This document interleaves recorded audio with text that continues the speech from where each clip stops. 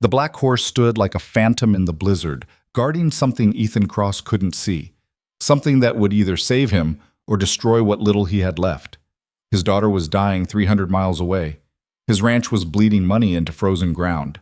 And now this, a massive creature that shouldn't exist, pulling a shattered wagon through a storm that had buried every road out of the valley. Ethan didn't believe in miracles anymore. He'd stopped praying the day the doctor used the word terminal, but standing there in the howling white darkness, watching the horse's breath cloud the air like dragon smoke, he felt something he thought had died with his hope, a pulse of possibility.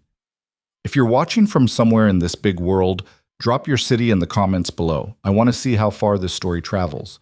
And if it moves you, hit that like button. Let's see if we can reach every corner of the map together. The wind had teeth that morning.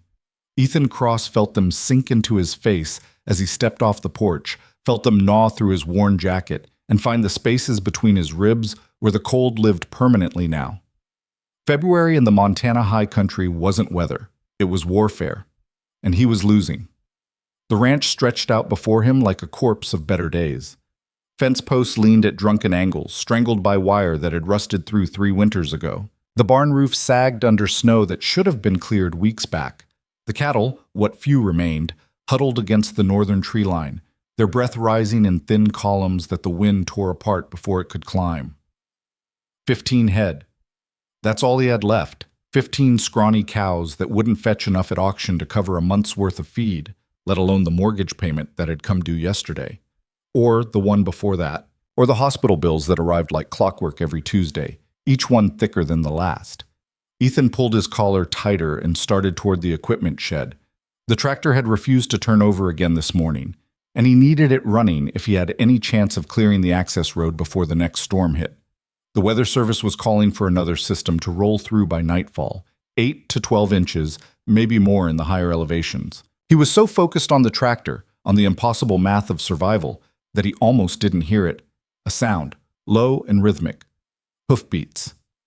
Ethan stopped mid-stride and turned toward the eastern fence line. Nothing moved in the pale morning light except snow devils spinning across the open pasture. He waited, barely breathing, wondering if exhaustion was finally catching up to him. He'd slept maybe 3 hours last night, and the night before that, and the one before that. Ever since the call from the hospital, the one where Dr. Mendez had used words like complications and we need to discuss options. Sleep had become something other people did. There. The sound again. Closer now. Hoofbeats. Heavy ones. And something else. The creak and groan of wood under strain. Ethan walked toward the sound, his boots punching through the crusted snow. The fence line was a quarter-mile out, running along the eastern boundary where his property dead-ended against federal land. Nothing out there but scrub pine and granite outcroppings. Certainly nothing that would bring a horse this direction, not in weather like this. The fog was rolling in from the north, thick and low, turning the world into layers of gray. Ethan could see maybe 30 yards ahead, then nothing but white static. The hoofbeats grew louder, more distinct, not the light, nervous rhythm of a spooked animal, but something deliberate, purposeful. And then, like something conjured from the storm itself, it appeared. A horse. But not just any horse. This was something else entirely. A massive black draft animal, easily 18 hands high, with shoulders that could have been carved from mountain stone. Its coat was dark as a mine shaft, slick with melting snow, and its breath came in great billowing clouds that hung in the frozen air. The kind of horse that should have been pulling brewery wagons and old photographs, not materializing out of a Montana blizzard like a ghost from another century. It was harnessed to a wagon. No, not a wagon. The remains of one. The wooden frame was shattered, one wheel missing entirely, the other canted at a sickening angle. The cargo bed had splintered down the middle, and whatever load it had once carried was now scattered or buried. The whole contraption should have been impossible to move, but the horse dragged it forward anyway, step by grinding step, its muscles bunching and releasing under that midnight coat. Ethan stood frozen, watching this impossible sight approach his fence line. The horse stopped 20 feet out. They regarded each other across the distance. Man and animal, both breathing hard, both outlined in frost. The horse's eyes were dark and deep, intelligent in a way that made Ethan's spine straighten unconsciously. This wasn't a panicked animal. This was something that had made a decision and was seeing it through. "Easy," Ethan said, his voice barely carrying over the wind. "Easy there, big guy." The horse didn't move, didn't spook, just stood there, steam rising from its flanks, watching him with an intensity that felt almost human. Ethan took a step forward. The horse's ears swiveled toward him, but it held its ground. Another step, then another. He moved slowly, hands visible, the way you approached any unknown animal, with respect and zero assumptions about how this would go. He was 10 feet away when he saw the blood. Not much, just a dark stain along the horse's left shoulder, mostly hidden beneath the harness. A wound, probably a few hours old, where something had scraped or torn the hide. The horse shifted slightly, favoring its right front leg, and Ethan noticed the slight tremor in its haunches. Exhaustion, maybe, or pain, or both. "What happened to you?" Ethan asked softly. "Where'd you come from?" The horse watched him with those impossibly dark eyes, and for a moment Ethan had the strangest sensation that it understood the question, that it wanted to answer but couldn't find the words.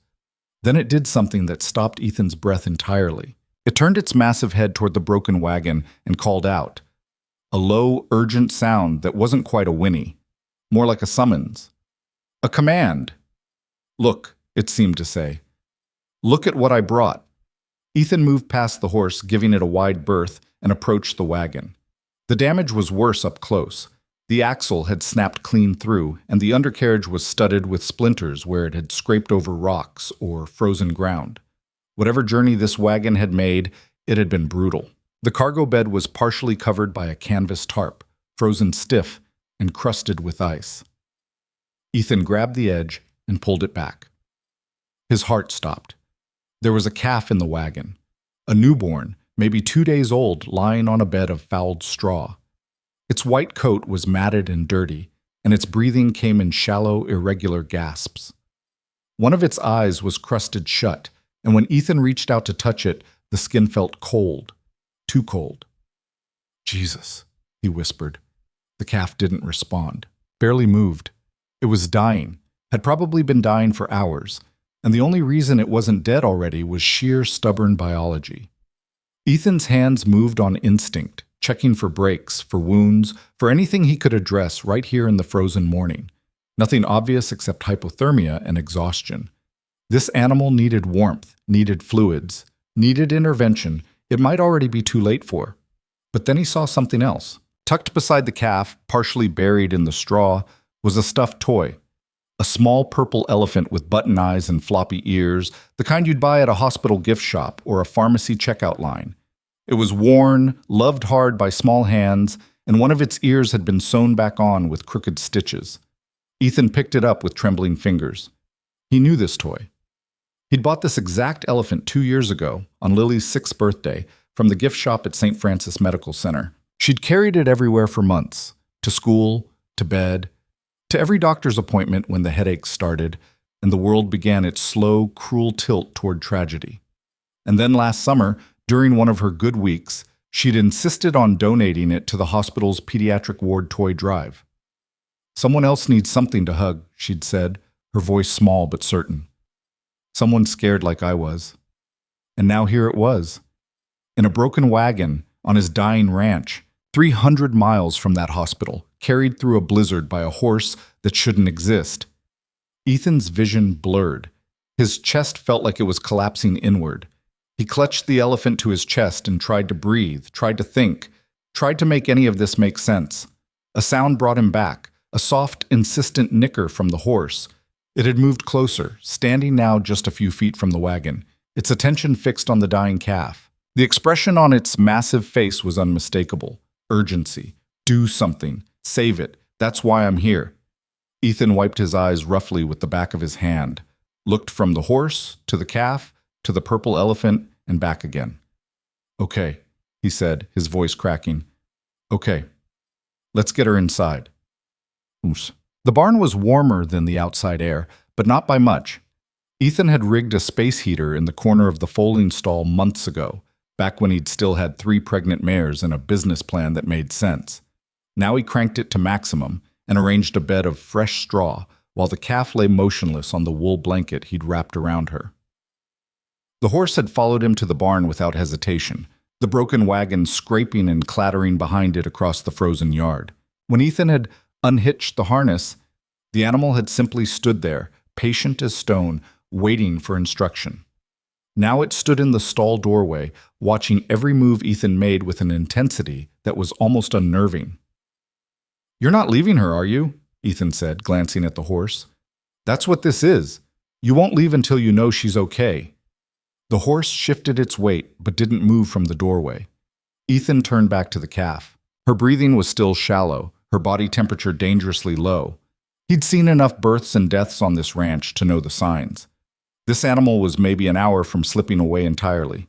He worked quickly, toweled her dry as best he could, rubbing circulation back into her limbs, set up a heat lamp, mixed electrolyte solution in a bottle, and tried to get her to nurse, but her suckling reflex was weak, almost non-existent. Most of the liquid dribbled out the sides of her mouth. "Come on," he muttered, adjusting his grip, trying again. "Come on, little girl. You came all this way. Don't quit now." The calf's eye, the one that wasn't crusted shut, rolled toward him. There was something in that look. A flicker. A tiny spark of fight. She latched. It was weak, uncoordinated, more reflex than intent, but she latched and she pulled and she swallowed. Once, twice, 3 times before she lost the rhythm and went slack again. But it was something. Ethan sat back on his heels, the empty bottle in his hand, and released a breath he hadn't known he was holding. The horse made a sound, low, approving. "Yeah," Ethan said, looking up at the massive animal. "Yeah, I know. It's a start." Whooped. It was nearly noon before Ethan remembered the wagon. He'd been so focused on the calf, on keeping her warm, keeping her hydrated, keeping her breathing, that he'd forgotten there might be more in that broken cargo bed. Clues, maybe. Answers to questions he hadn't even thought to ask yet. He left the calf sleeping under the heat lamp, the horse still standing guardian at the stall door, and went back outside. The temperature had dropped another 10 degrees. The sky was the color of old iron, and the wind carried the smell of snow. The next storm, right on schedule. Ethan pulled his jacket tighter and approached the wagon. Most of the cargo had been lost during whatever disaster had claimed the wheel and snapped the axle. But wedged beneath the driver's seat, he found a leather satchel cracked with age and sealed with a tarnished buckle. Ethan pulled it free and carried it back to the barn. Inside the satchel, a woman's wallet with no cash but several credit cards in the name of Margaret Holloway. A truck registration from Washington State expired 4 months ago.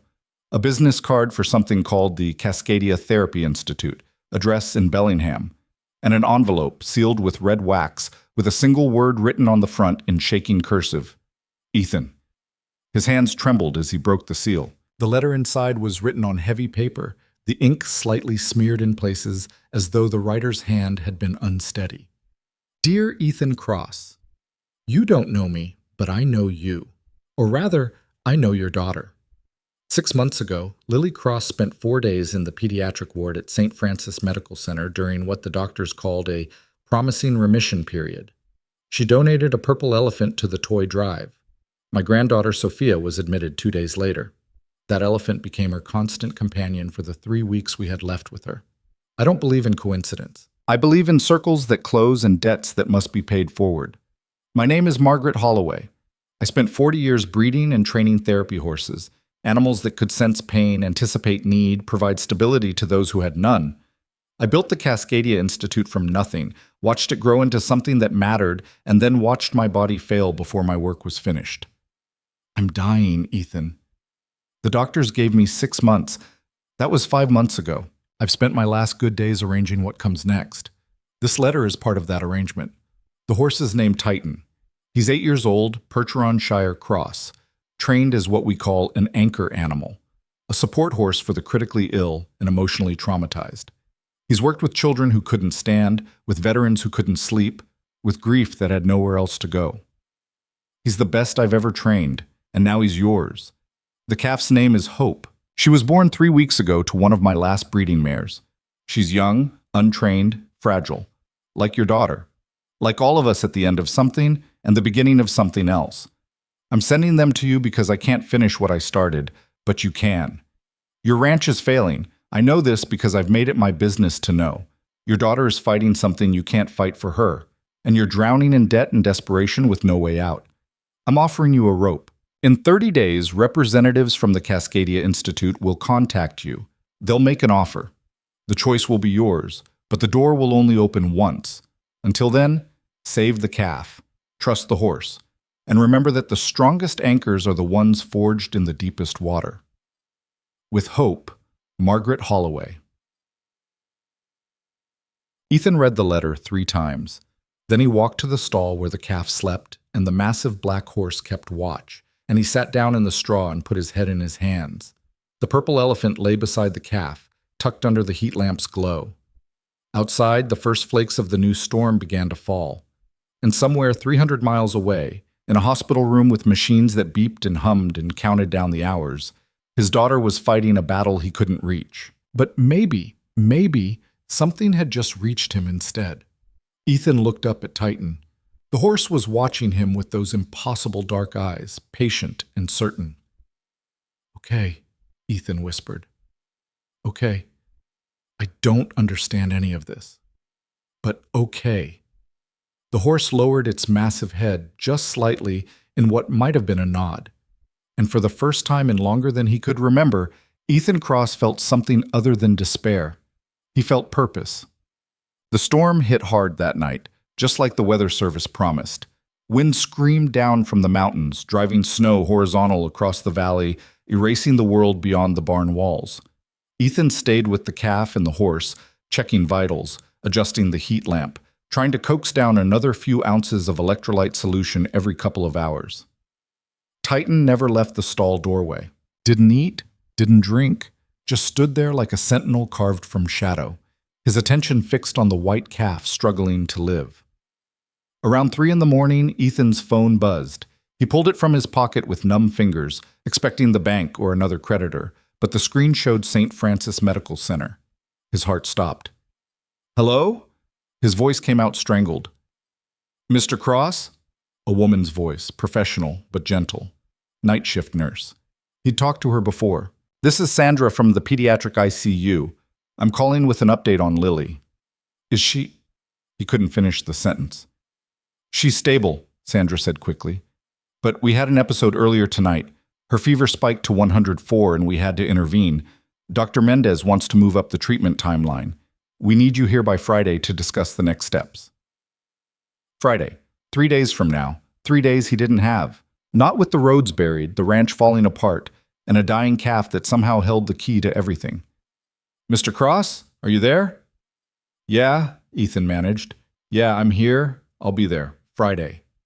He ended the call and sat in the silence of the barn, the storm howling outside, and tried to figure out how to be in 2 impossible places at once.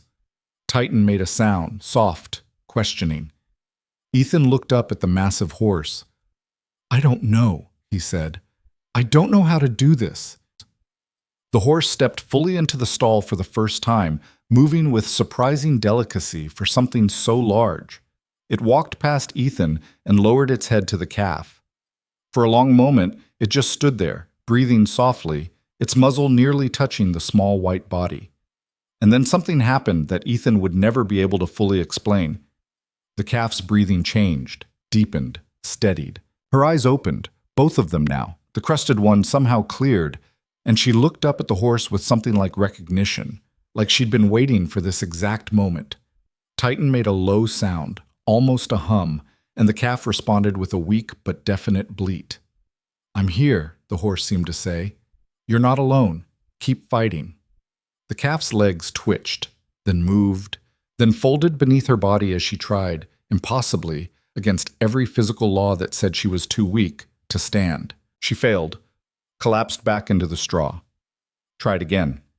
Titan didn't move, didn't help, just stood there solid and certain, a fixed point in the chaos. The calf tried a 3rd time, and this time she made it to her feet. Wobbly, trembling, barely holding together, but standing. Her legs looked like they might snap at any second, but she held.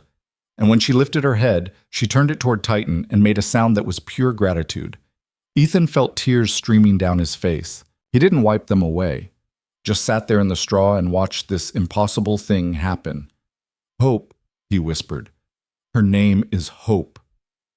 The calf took one shaking step toward Titan, then another, then pressed her small white head against the horse's massive chest and simply stood there, breathing, living, fighting. And Titan stood with her, immovable as a mountain, an anchor in every sense of the word. By Thursday afternoon, the storm had passed and the roads were technically passable. The county plow had made one run down the main highway, carving a single lane through the drifts. Ethan could make it to the hospital if he left now, if he pushed hard, if nothing went wrong. But Hope still couldn't stand for more than a few minutes at a time. Her temperature was stable, her breathing strong, but she was fragile in ways that felt like they'd shatter if he stopped watching, stopped willing her to live. And Titan wouldn't leave her. Ethan had tried leading the horse to a different stall, to the pasture, anywhere that wasn't standing guard over a sick calf. But the animal refused, would plant its feet and simply not move, and Ethan didn't have the energy or equipment to force 1,800 pounds of determined draft horse to do anything it didn't want to. So they stayed, all three of them, in the barn, in the strange suspended space between crisis and recovery. Ethan called the hospital Thursday evening. "I can't make it tomorrow," he told Dr. Mendez, hating himself. "I'm sorry. The roads are still bad and I can't leave right now." There was a pause, then, "Mr. Cross, I need to be direct with you. Lily's window is closing. If we don't move forward with the next treatment protocol by Monday, we may lose our chance entirely." "I understand." "Do you?" The doctor's voice was kind but firm. "Because from here, it looks like you're giving up." "I'm not giving up," Ethan said quietly. "I'm trying to hold things together long enough to save her. Then come to the hospital. That's where she needs you." Ethan looked at Hope, sleeping in the straw with Titan standing watch, at the purple elephant tucked beside her, at the letter from a dead woman that promised answers in 30 days that might as well be 30 years. "Monday," he said. "I'll be there Monday. I promise." He ended the call before Dr. Mendez could argue, and sat down in the straw beside the calf and the horse and tried to figure out how to keep a promise he had no way to keep.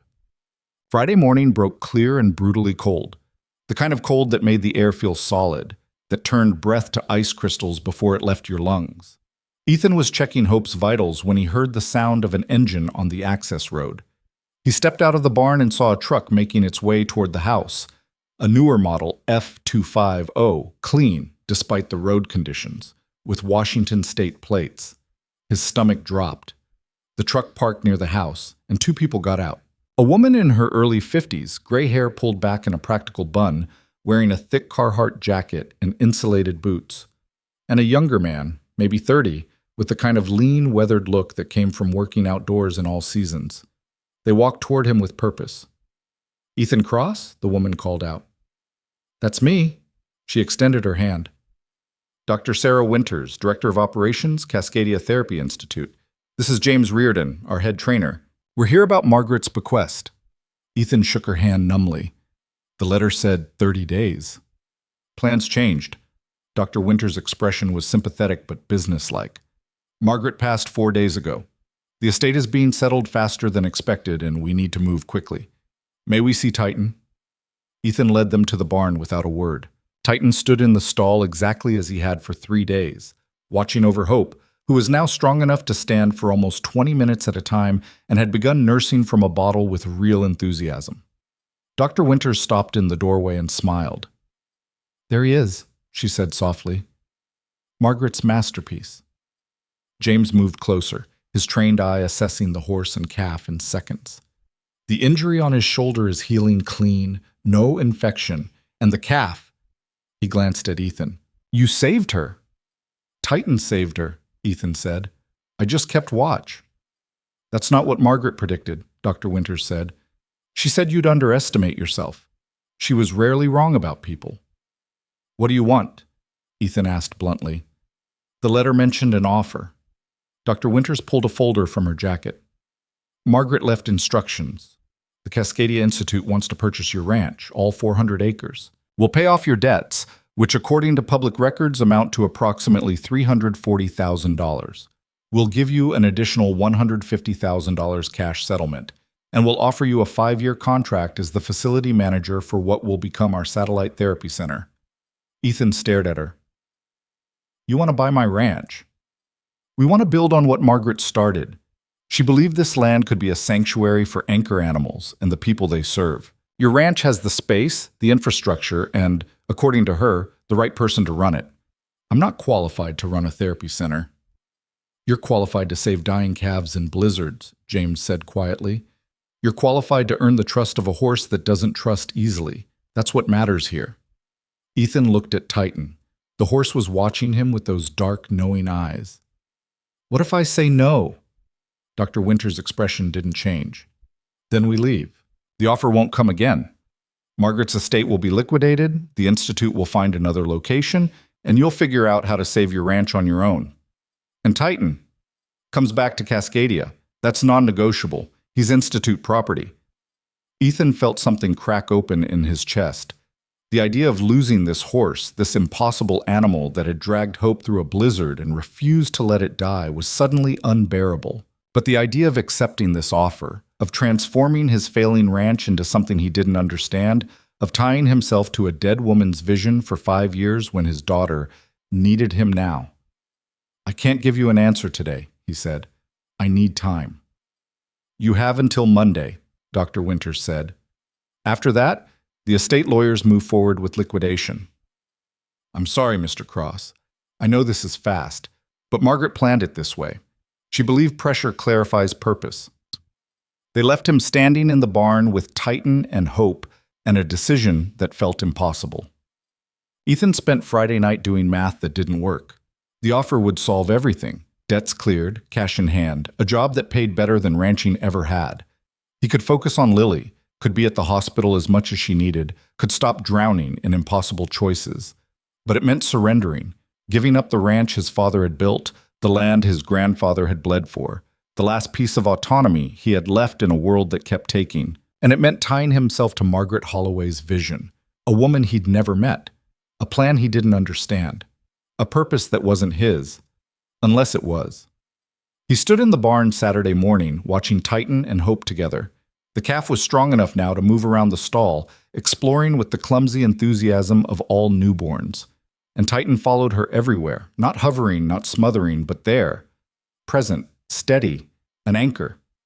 Ethan thought about Lily, about how she'd fought so hard, for so long, with nothing to hold on to except his promises that it would be okay.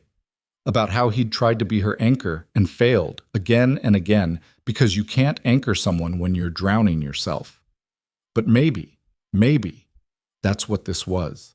A chance to become what she needed, not by saving her directly, but by saving himself first, by building something solid enough to hold them both. He pulled out his phone and called Dr. Winters. I'm in, he said, on one condition. What's that? I need to be at St. Francis Medical Center on Monday. I need to be there for my daughter, no matter what. If your offer requires me to choose between this ranch and her, then we don't have a deal. There was a pause, then, Margaret mentioned your daughter in her notes, Lily. Stage 3 medulloblastoma, currently in treatment. Is that correct? Yes. We're not asking you to choose, Mr. Cross. We're asking you to build something that makes the choice irrelevant. You'll have the resources to be where you need to be. That's the point of this. Ethan closed his eyes. Then, yes, I accept. We'll have the paperwork ready by tomorrow afternoon. Welcome to the Cascadia family. He ended the call and looked at Titan. I hope she was right about me, he said quietly, because I have no idea what I just agreed to. The horse walked over and pressed its massive head against his chest, the same gesture it had used to anchor Hope, and Ethan felt something shift inside him. Not certainty, not yet, but possibility. Sunday afternoon, Ethan signed papers on the hood of Dr. Winters' truck while snow flurries danced around them. His hand cramped by the third page, but he kept going, kept signing, until everything that had been his was now technically theirs. Everything except the part that mattered. The house is still yours, Dr. Winters explained. We're not displacing you. You'll live here, manage the center, oversee the animals. This is your home. It just has a different purpose now. Ethan nodded numbly. We'll begin renovations in March, she continued. James will work with you on facility design. We're thinking stables for 6 anchor horses initially, pasture rotation for therapy work, an indoor arena for winter training. It's ambitious, but Margaret left detailed plans. When do I start? You already have. She handed him a check. First month's salary plus the settlement. The debt payoff will process by Wednesday. You're free, Ethan. He looked at the check, at the numbers that should have felt like salvation, but just felt like vertigo. Get to your daughter, Dr. Winters said gently. That's the priority now. We'll handle the rest. Monday morning, Ethan loaded Titan and Hope into the horse trailer, a newer model that the Institute had delivered Saturday night, along with enough feed and supplies to stock a small barn. The calf was strong enough now to stand the journey, and Titan refused to be separated from her, so they traveled together. The drive to the hospital took 7 hours through mountain passes still choked with snow. Ethan stopped twice to check on them, to make sure Hope was stable, to confirm that Titan was handling the trailer. Both times, the horse was standing over the calf, calm and certain, an anchor in motion. They arrived at St. Francis just after 4 in the afternoon. Ethan left Titan and Hope in the trailer in the visitor lot, not ideal, but the best he could do for now, and walked into the hospital with legs that felt like water. He took the elevator to the 5th floor. Pediatric ICU, the place he'd memorized in nightmares. Dr. Mendez met him at the nurse's station. You made it. I made it. She's been asking for you. Room 517, same as before. Ethan walked down the hallway that smelled like disinfectant and fear and pushed open the door to 517. Lily was asleep, small and pale against the white sheets, hooked to machines that beeped softly. Her hair, what was left of it after the last round of treatment, stuck up in thin wisps. She looked impossibly young, impossibly fragile. But she was breathing, fighting, still here. Ethan sat down beside her bed and took her hand. Her eyes opened. Daddy? Hey, sweetheart. You came. I promised, didn't I? She smiled. You're late. I know, I'm sorry. It's okay. She squeezed his hand weakly. Did you bring me anything? Ethan thought of the purple elephant, currently tucked in Hope's stall, 300 miles away. Of Titan, standing guard in a trailer 5 floors below. Of Margaret Holloway's letter and the impossible gift she'd left. Yeah, he said softly. I brought you Hope. Lily's smile widened. That's a weird present. You have no idea. She laughed, a small, tired sound, and Ethan felt tears slip down his face. Outside the window, the city lights flickered on as dusk settled over the valley, and somewhere below, a massive black horse stood patient and certain, waiting for the moment when it would be needed. The anchor was holding, and the fight was far from over. The hospital room felt smaller than Ethan remembered. The walls pressed in with their institutional beige paint and cheerful cartoon murals that tried too hard to hide what this place really was. A warehouse for suffering, dressed up in primary colors and false hope. But Lily was here, and that made it the only place that mattered. Tell me about the ranch, she whispered, her voice thin as paper.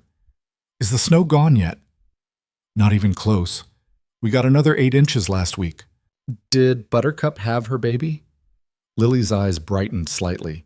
Buttercup was one of the remaining mares, an old Appaloosa that Lily had bottle-fed as a foal years ago, back when the ranch still felt like it had a future. Ethan hesitated.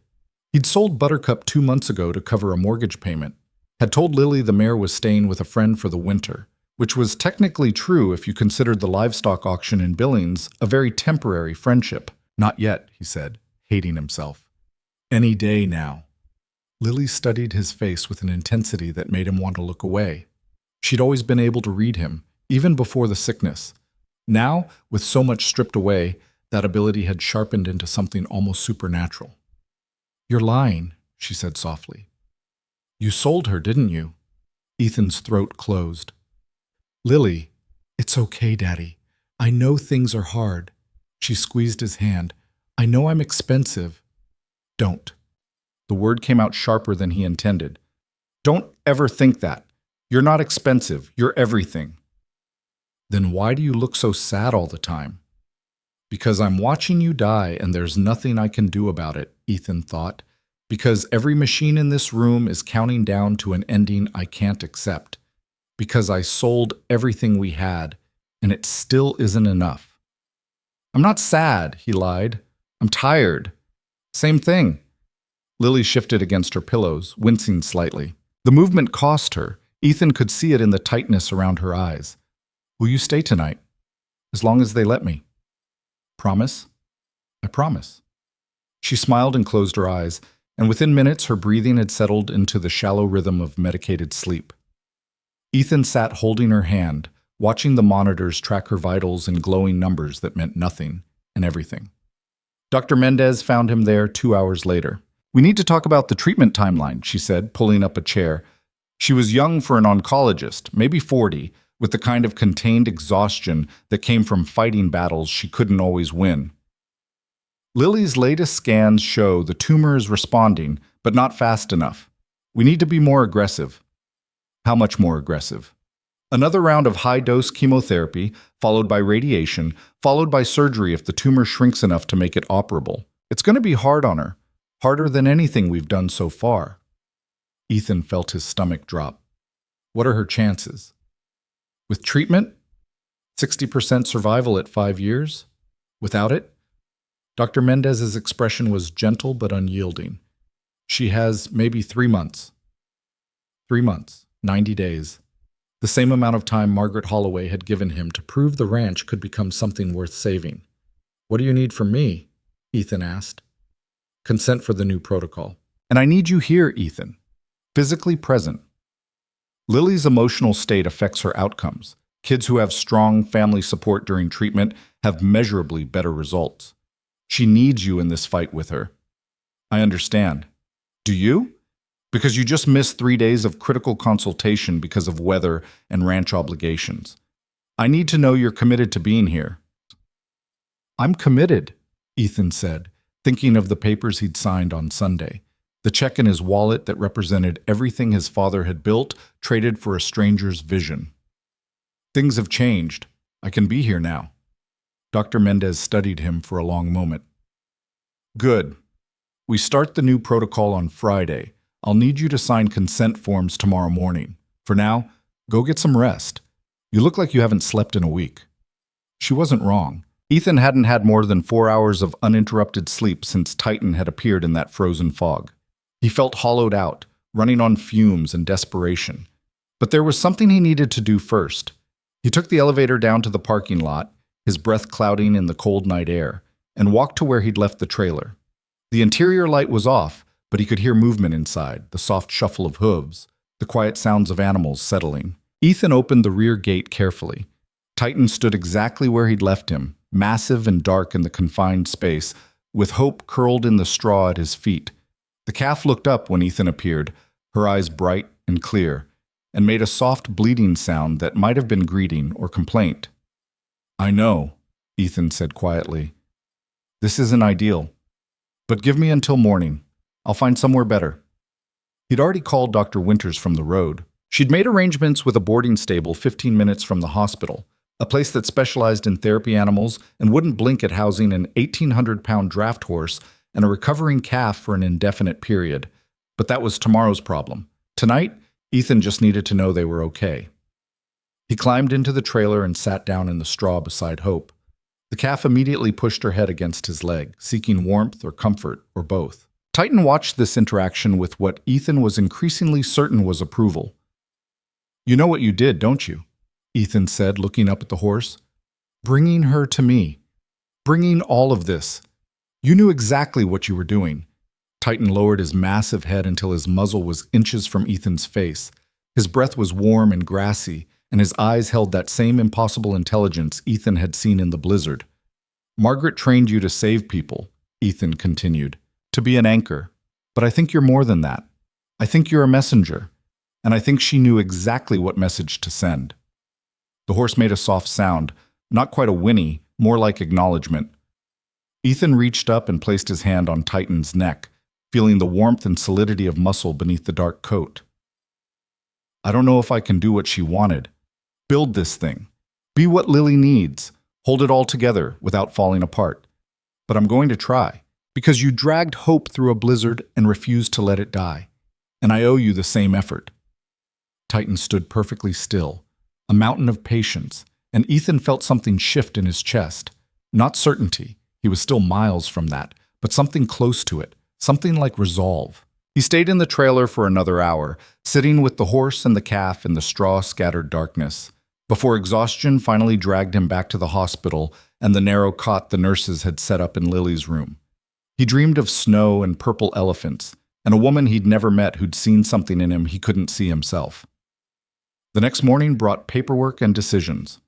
Dr. Mendez walked him through the new treatment protocol with the kind of careful thoroughness that made it clear she'd had this conversation too many times before. The chemotherapy would be intense. 4 cycles over 8 weeks, each one pushing Lily's small body to the edge of what it could endure. "She's going to lose what's left of her hair," Dr. Mendez explained, pen hovering over the consent form. "She'll have severe nausea, fatigue, possible organ stress. We'll be monitoring her constantly, but there will be days when she feels like giving up. That's when you need to be strongest." "I understand." Ethan signed his name in the spaces she indicated, each signature feeling like a small surrender. "There's one more thing." Dr. Mendez pulled out another form. "We'd like to try something experimental. There's a program here at St. Francis, animal-assisted therapy for pediatric patients. Dogs mostly, sometimes cats. They've shown promising results with reducing anxiety and improving emotional resilience during treatment. I think Lily would be a good candidate." Ethan thought of Titan and Hope, currently settling into their temporary home at the boarding stable across town, of Margaret Holloway's 40-year career training animals to be anchors for the broken. "What if I had something better than a dog?" he asked. Dr. Mendez raised an eyebrow. "What do you mean?" "I mean, what if I had access to a therapy horse? One specifically trained for critically ill patients. Would that be something you could work with?" The doctor set down her pen. "We've never done equine therapy in a hospital setting. The logistics alone would be complicated. Insurance, safety protocols, space requirements. But is it possible?" Dr. Mendez studied him with new interest. "You're serious?" "Completely." She leaned back in her chair, thinking. "I'd need to see documentation. Training records, temperament evaluations, proof of insurance, and we'd need approval from hospital administration, which could take weeks. But theoretically, if you could clear those hurdles?" "Yes, it's possible." Ethan pulled out his phone and called Dr. Winters. She answered on the second ring. "Ethan, how's Lily?" "Fighting. Listen, I need every piece of documentation you have on Titan. Training records, certifications, insurance, everything. Can you send it to me by this afternoon?" "What's this about?" "I want to bring him into the hospital as therapy for Lily." There was a pause. Then Dr. Winters laughed, a sound of pure delight. "Margaret would have loved this. Yes, I'll have everything you need within the hour. And Ethan, this is exactly the kind of thinking we hired you for." He ended the call and looked at Dr. Mendez. "You'll have the documentation today. How long for approval?" "If everything checks out, a week, maybe less. I have some pull with administration." She smiled slightly. "I have to admit, I'm curious to see if this works. Lily talks about the ranch constantly. Having a piece of that here might make a real difference." "That's what I'm counting on." That afternoon, while Lily slept through another round of pre-treatment medications, Ethan drove to the boarding stable where Titan and Hope were temporarily housed. The facility was nicer than he'd expected. Clean stalls, heated barn, professional staff who actually seemed to understand what they were doing. James Reardon was already there, checking on the animals with the practiced efficiency of someone who'd spent his life around horses. "They settled in okay?" Ethan asked, approaching the stall where Titan stood watch over Hope. "Like they'd been here for months. Titan hasn't left her side except to eat." James gestured to the calf, who was currently attempting to nurse from a bottle being held by a stable hand. "She's gaining weight. Another week and she'll be ready for pasture introduction." "How long before she doesn't need him anymore?" James considered the question carefully. "Anchor horses don't work on a timer. Titan will know when she's ready to stand on her own. Could be a month, could be 6. The bond is the thing. Once it's established, the horse regulates the separation naturally." Ethan watched Titan observe the bottle feeding with that characteristic intensity. Can he form that kind of bond with a human? A child? That's what he's trained for. Margaret spent years developing the technique. Why? You thinking about Lily? Dr. Mendez is trying to get approval for hospital visits. If it goes through, I want Titan working with her during treatment. James nodded slowly. That could work. But you need to understand something first. Anchor work isn't about comfort. It's about stability during crisis. Titan won't make Lily feel better. He'll make her strong enough to endure feeling worse. There's a difference. I know. Do you? James fixed him with a steady gaze. Because what you're asking him to do is witness a child's suffering and not flinch. To be present for pain he can't fix. Not every animal can handle that. Hell, not every person can. Can Titan? Margaret believed he could. She spent 3 years training him specifically for pediatric palliative care. He's worked with dying children before. But it takes a toll. On everyone involved. Ethan looked at the massive black horse, at the calm certainty in his bearing, and thought about the blizzard journey that had brought them together. About the calf that should have died but didn't. About hope dragged through impossible conditions. I think he's already chosen, Ethan said quietly. I think he chose the moment he decided to find me. James smiled. Then let's make sure the hospital says yes. The approval came through faster than expected. Dr. Mendez called on Thursday afternoon with news that administration had fast-tracked the review after reading Titan's documentation and consulting with their legal team. You're clear for supervised visits starting Monday, she said, barely containing her excitement. 30 minutes maximum, once per week, with a handler present at all times. We'll start in the physical therapy garden. It's enclosed, private, and has enough space for a horse that size. What about Hope? The calf, that's trickier. We can't have livestock in patient areas, but the therapy garden might work if she's healthy enough. She is. Then we'll try. Worst case, it doesn't work and we scale back. Best case, Lily gets something no other kid in this hospital has ever had. Monday morning arrived wrapped in frost. Ethan woke early in the narrow bed the hospital had provided, checked on Lily, still sleeping, pale as milk against the white sheets, and drove to the boarding stable through streets slick with black ice. James had Titan ready, groomed until his black coat gleamed like polished stone, his mane braided in the traditional therapy horse pattern that signaled his working status. Hope stood beside him, clean and bright-eyed, her white coat fluffy from a recent brushing.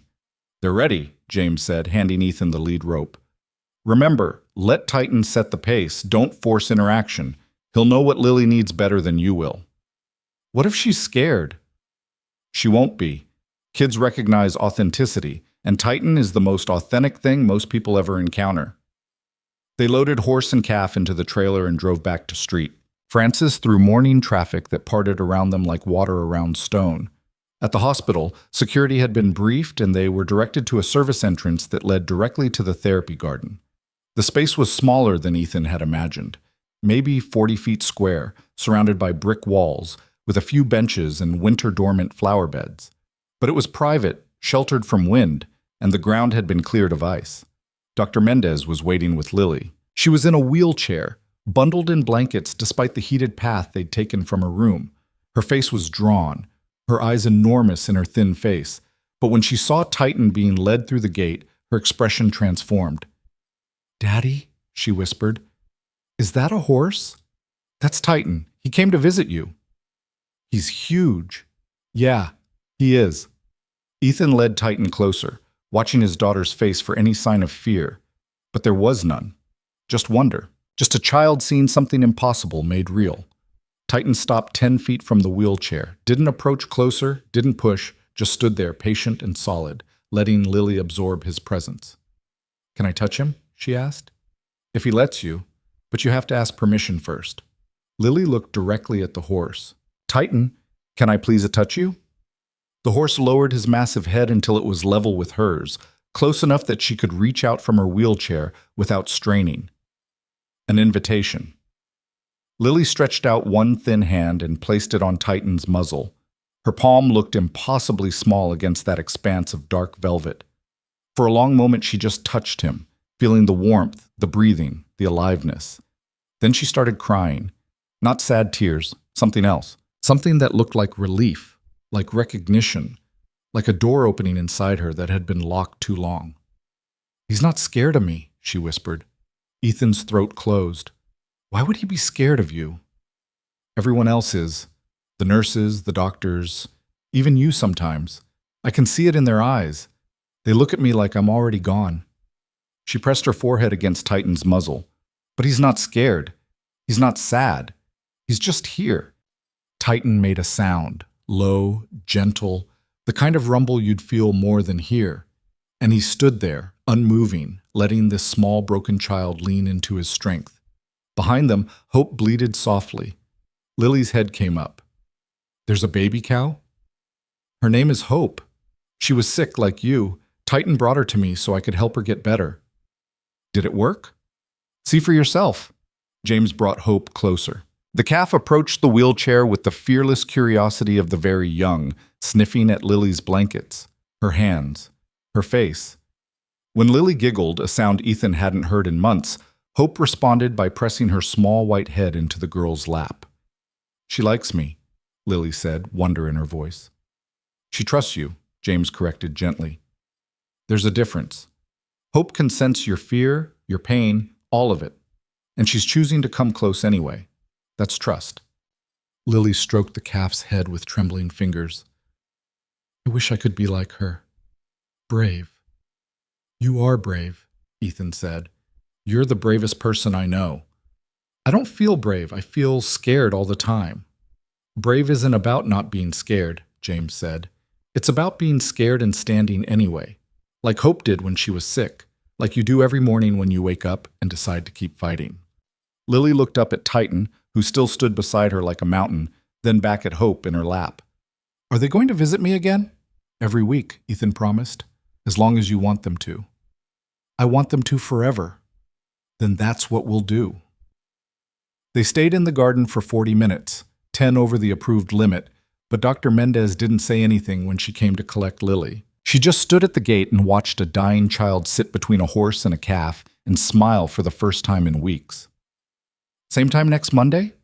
she asked quietly as they wheeled Lily away. "We'll be here," Ethan said. That night, after Lily had fallen asleep and the nurses had dimmed the lights, Ethan sat in the chair beside her bed and called Dr. Winters. "It worked," he said. "Better than I could have imagined. Margaret knew it would. She picked Titan for this exact kind of work. How did he handle it? Like he was born to do it. He wasn't fazed by the wheelchair, the medical equipment, any of it. He just was present, solid, exactly what Lily needed. That's what makes him special. Most therapy animals offer comfort. Titan offers something harder to define. Foundation, maybe. Something to push against when everything else is falling apart." Ethan thought about that. About how Lily had pressed her forehead against the horse's muzzle and cried not because she was sad, but because she'd finally found something that wasn't afraid of her breaking.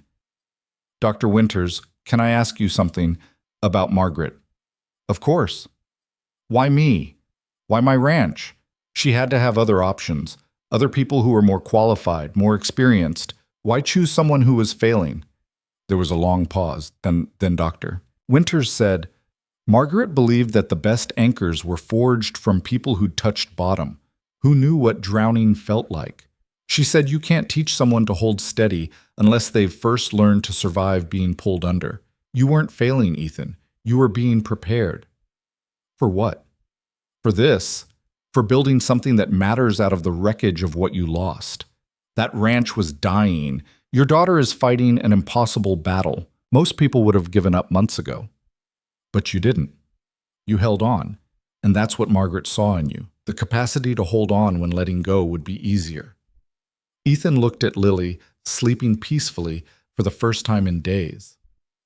"I'm still scared I'll fail her. Everyone who loves someone is scared of that. The difference is whether you let the fear stop you or fuel you. Margaret bet everything that you'd choose fuel. Don't prove her wrong." The weeks that followed settled into a rhythm that felt like holding breath underwater. Lily started the new treatment protocol on schedule, and it was every bit as brutal as Dr. Mendez had warned. The chemotherapy left her violently ill, so weak she couldn't sit up without help, her skin pale as paper, and covered in bruises from the slightest touch. But every Monday, Titan and Hope came to the therapy garden. And every Monday, no matter how sick she was, Lily asked to go see them. The hospital staff started calling them her anchors.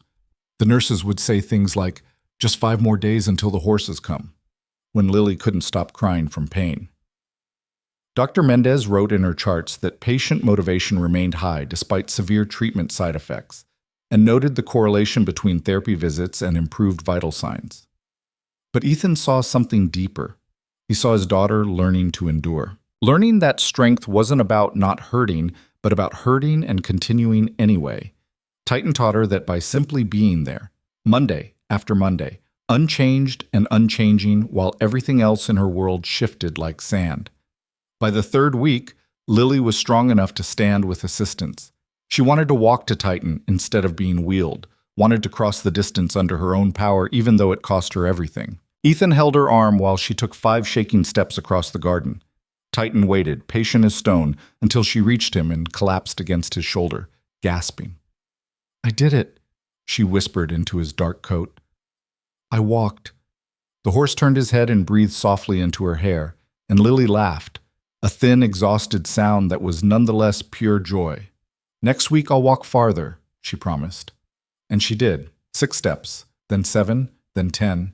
By week 5, she was crossing the entire garden, her thin legs trembling but holding, her hand on Titan's neck for balance but not for support. "She's responding better than we projected," Dr. Mendez told Ethan during a consultation in early March. "The tumor is shrinking faster than expected. I want to run new scans, but if this trajectory holds, we might be looking at surgical intervention by May," which was the best-case scenario. "What changed?" Ethan asked, though he already knew. "Honestly, I think those Monday visits are giving her something to fight for, a reason to endure. We can medicate pain, we can kill cancer cells, but we can't give someone the will to survive. That has to come from somewhere else. For Lily, it's coming from a horse and a calf, and the promise of seeing them again." That night, Ethan drove back to the ranch for the first time in a month. James had been managing the property during his absence, overseeing the initial renovation work, new fencing, barn repairs, foundation work for the future therapy center. But Ethan needed to see it himself, needed to understand what he'd traded his family's legacy for. The ranch looked different, better. The sagging barn had been reinforced, the roof replaced entirely. The pastures had new fencing, strong and straight, designed for rotating therapy animals. A foundation had been poured for what would eventually be an indoor training arena. James met him at the main house. "We're ahead of schedule. Should be ready for the first anchor horses by June." "How many animals total?" 6 horses initially, plus support stock. Goats, maybe some sheep. Animals that can work with clients who aren't ready for something as intense as a horse. We're also looking at building a small residential cabin for families who need to stay during extended therapy sessions. Ethan walked through the property, trying to see it through Margaret Holloway's eyes, trying to understand the vision she'd died protecting. And slowly, piece by piece, he started to see it. Not a failing cattle ranch, but a sanctuary. A place where broken things came to learn how to hold together. "She knew, didn't she?" Ethan said. "That I'd understand once I saw Lily with Titan, that I'd see what this place could actually do." "Margaret understood loss better than most people," James said quietly. "Her granddaughter, the one who had Lily's purple elephant, she died 8 months ago. Margaret poured everything she had into building this institute because she couldn't save Sophia. She wanted to save everyone who came after, and she needed someone who understood that desperation. Someone who'd do whatever it took to keep fighting, even when the fight looked lost. She gambled everything on a stranger. No, she gambled everything on a father who'd already proven he wouldn't quit. There's a difference." Ethan stood in the middle of the property as the sun set behind the mountains, painting the snow gold and pink, and felt the full weight of what he'd inherited. Not just land and buildings, but purpose, responsibility, a chance to transform his own suffering into something that might ease someone else's. "I won't let her down," he said. "Or Lily, or any of this." "I know," James said. "That's why you're here." April brought warmth and the first signs of spring. The snow receded from the valley floor, revealing brown grass and mud and the promise of green things returning. Lily completed her fourth and final round of chemotherapy, emerging thinner and weaker, but alive. The scans showed the tumor had shrunk by 60%. "We're going to schedule surgery for mid-May," Dr. Mendez announced, her voice carefully controlled. "It's going to be delicate. The tumor is pressing against critical structures, but if we can remove the bulk of it, followed by targeted radiation, her prognosis improves significantly." "What are her chances?" Ethan asked. 75% at 5 years, 80 if the surgery goes perfectly. Those are good numbers, Ethan. Really good. That Monday, Lily was strong enough to brush Titan herself. She stood beside the massive horse with a curry comb, working carefully through his dark coat while he stood patient and still. Hope grazed nearby, fully recovered now, growing into a healthy young bovine with the kind of energy that made the therapy garden feel too small. "Daddy," Lily said, not looking up from her brushing, "after my surgery, when I'm better, can I come to the ranch? Can I help with the other animals?" Ethan's throat tightened. "You want to work with the therapy horses?" "I want to help other kids like me. Kids who are scared and sick and need something to hold on to. I want to show them that it gets better, that you can be strong even when you feel weak." She looked up at him, her eyes serious. "Titan showed me that. I want to pass it on." "Then that's exactly what you'll do." "Promise?" "I promise." Lily smiled and went back to brushing, and Ethan watched his daughter, this small, fierce person who'd endured more in 8 years than most people faced in a lifetime, and felt something like pride crack his chest open. She wasn't just surviving, she was becoming something more, an anchor in her own right. The surgery was scheduled for May 17th. 2 weeks before the date, Titan started acting strangely. He'd always been calm, measured, predictable in his responses. But now he paced his stall at night, refused food, and during the Monday visits, he stayed closer to Lily than usual, his attention fixed on her with an intensity that bordered on aggressive. "He knows something's wrong," James said, watching the horse shadow Lily around the therapy garden. "Animals can sense medical stress, changes in hormone levels, subtle physical cues we can't consciously detect. Titan's picking up on something. Should we stop the visits?" "No. He's not distressed. He's preparing, anchoring himself so he can anchor her when she needs it most." The night before surgery, Ethan brought Titan to the hospital after visiting hours. Dr. Mendez had approved it after Lily had asked. One final visit before the operation, one last chance to draw strength from the animal that had carried her through months of treatment. They met in the therapy garden under stars that seemed impossibly bright in the cold spring air. Lily was in her wheelchair, too weak now to walk, her body conserving every ounce of energy for tomorrow's fight. Titan approached slowly and lowered his massive head until it rested in her lap. "I'm scared," Lily whispered to him, her small hand stroking his muzzle. "What if I don't wake up? What if this is the last time I see you?"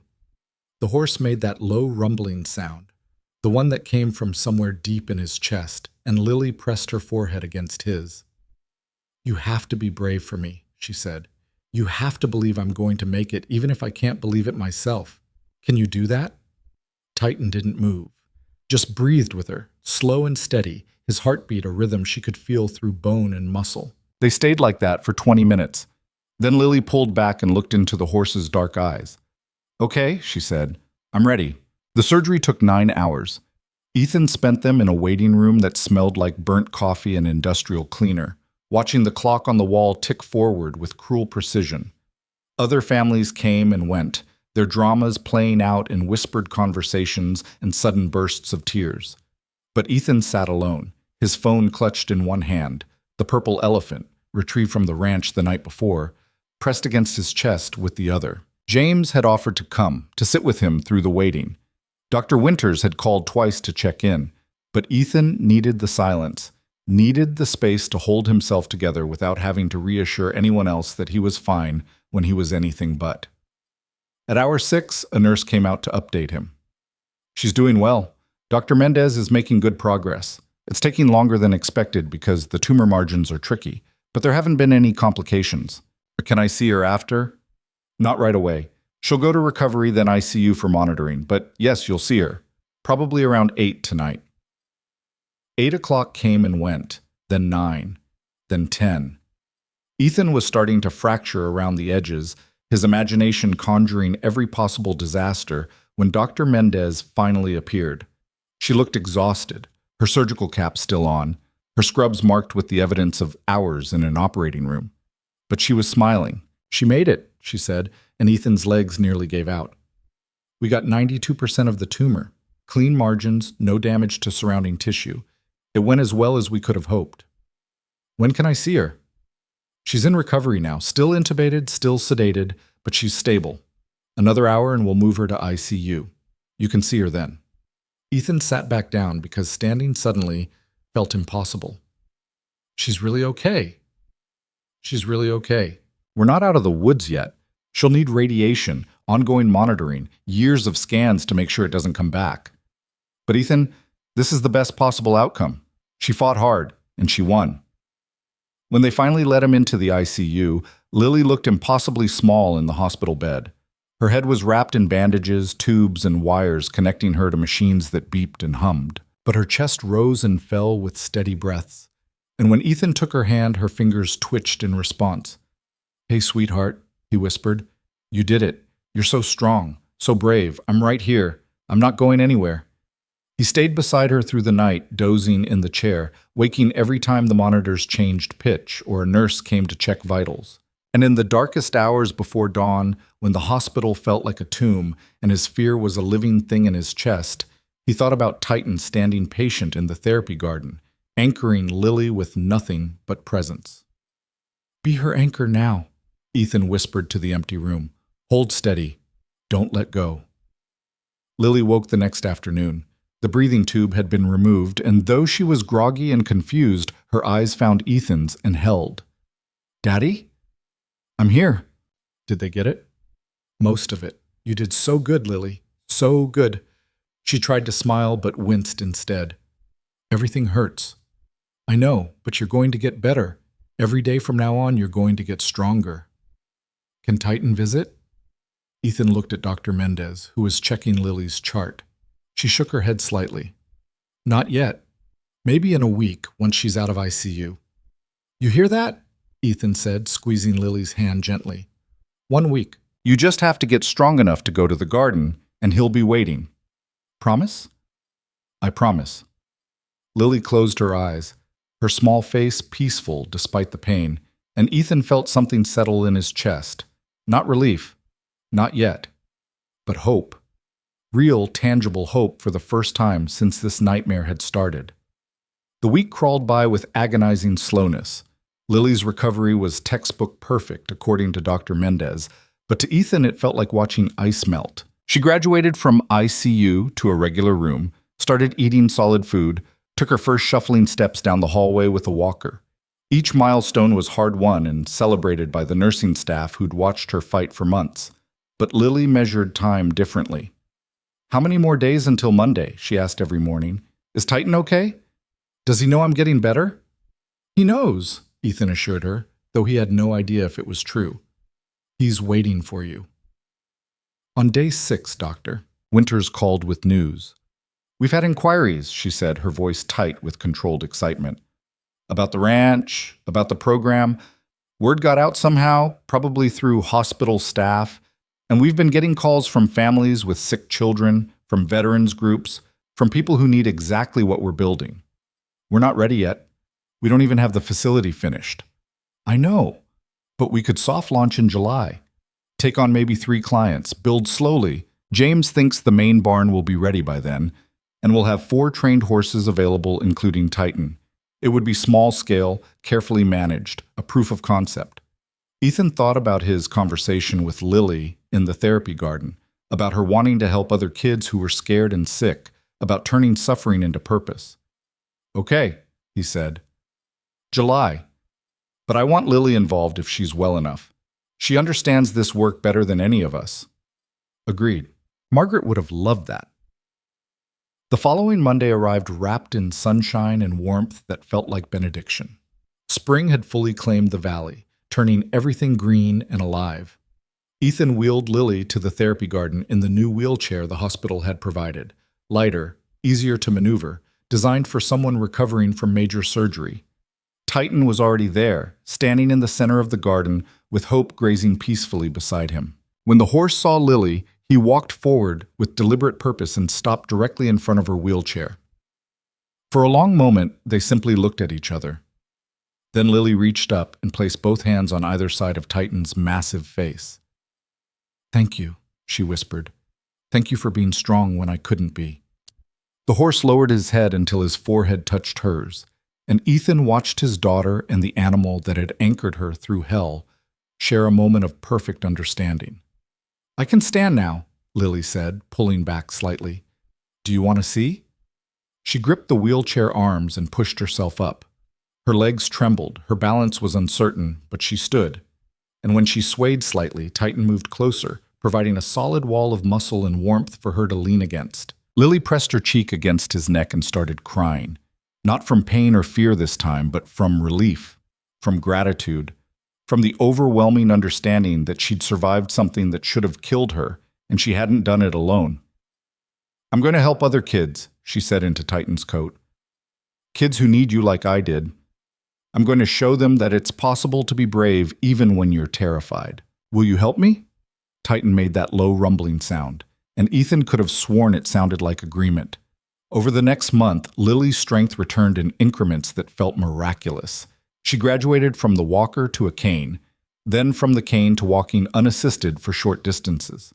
The radiation treatments were brutal but manageable, and her scans showed no regrowth. Dr. Mendez started using words like remission and long-term survival, though she was careful to temper them with reminders about vigilance and ongoing monitoring. But the change in Lily was undeniable. She'd gone into this fight as a child and emerged as something else, someone who'd touched the edge of mortality and come back with a kind of gravity that made people take notice. The nurses treated her differently now, with respect that went beyond professional courtesy. Other patients sought her out, drawn to the quiet certainty she carried.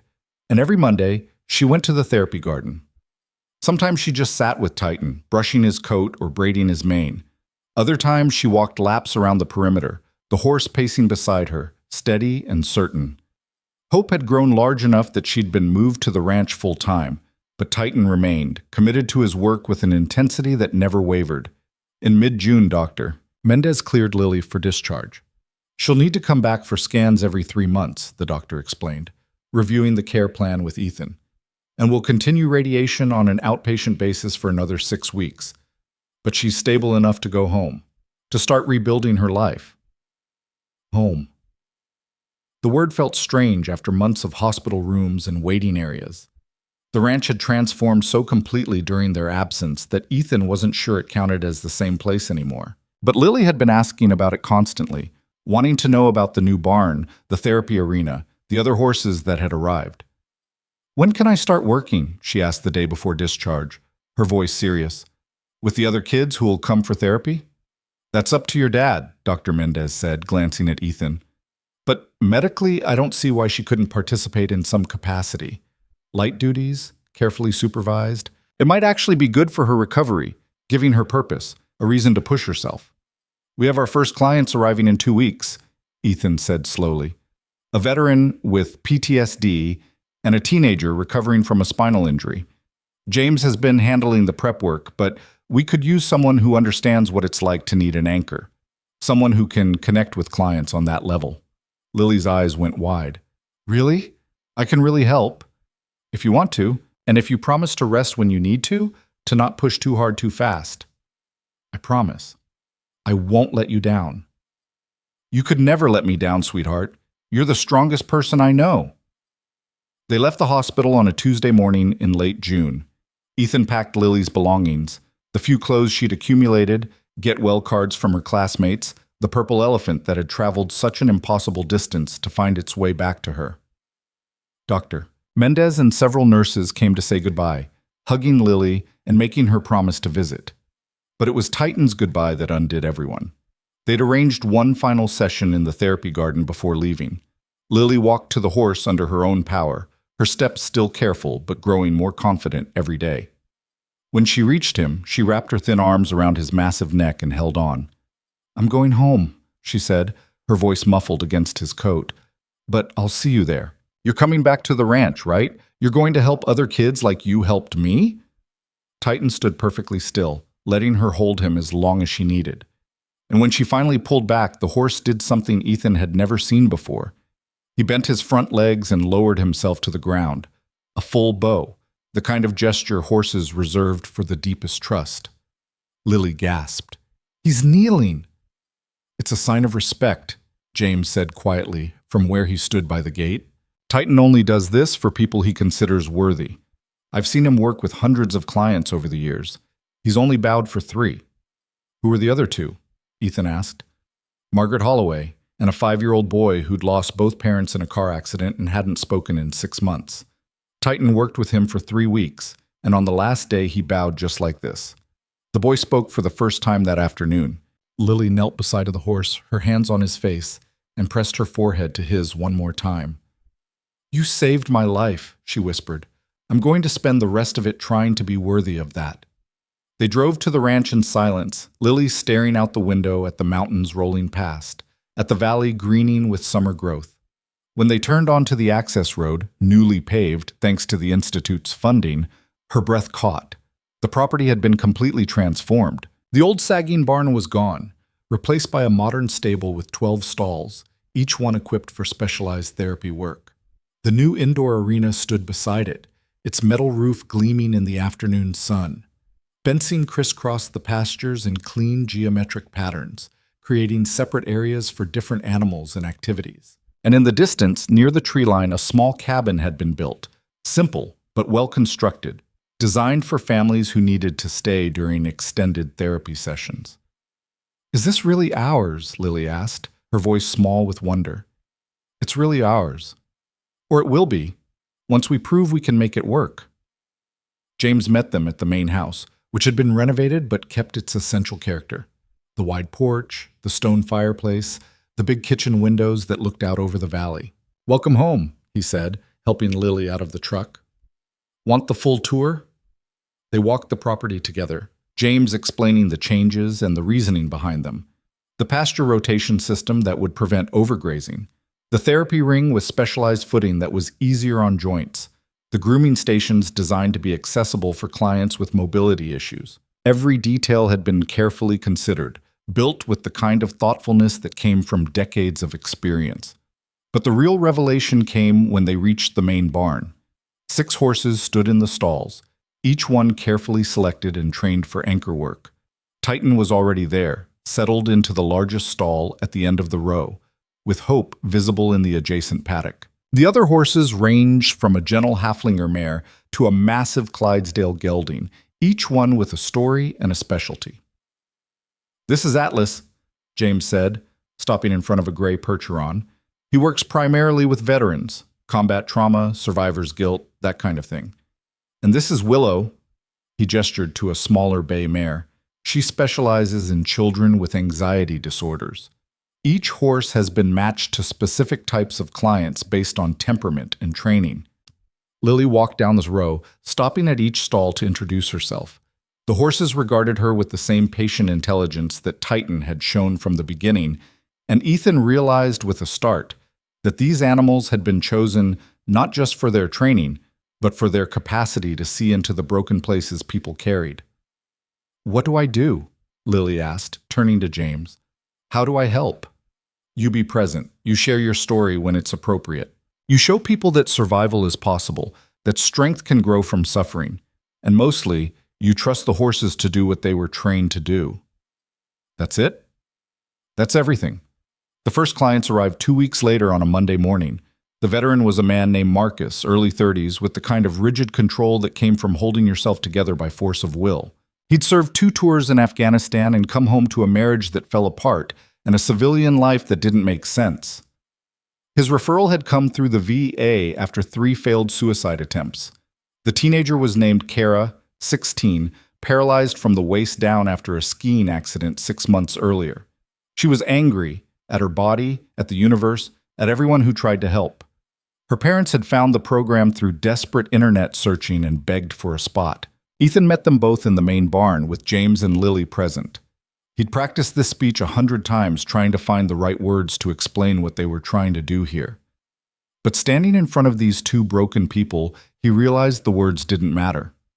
"This isn't therapy in the traditional sense," he said simply. "We're not here to fix you or make you feel better. We're here to help you learn to stand when standing feels impossible. The horses will show you how.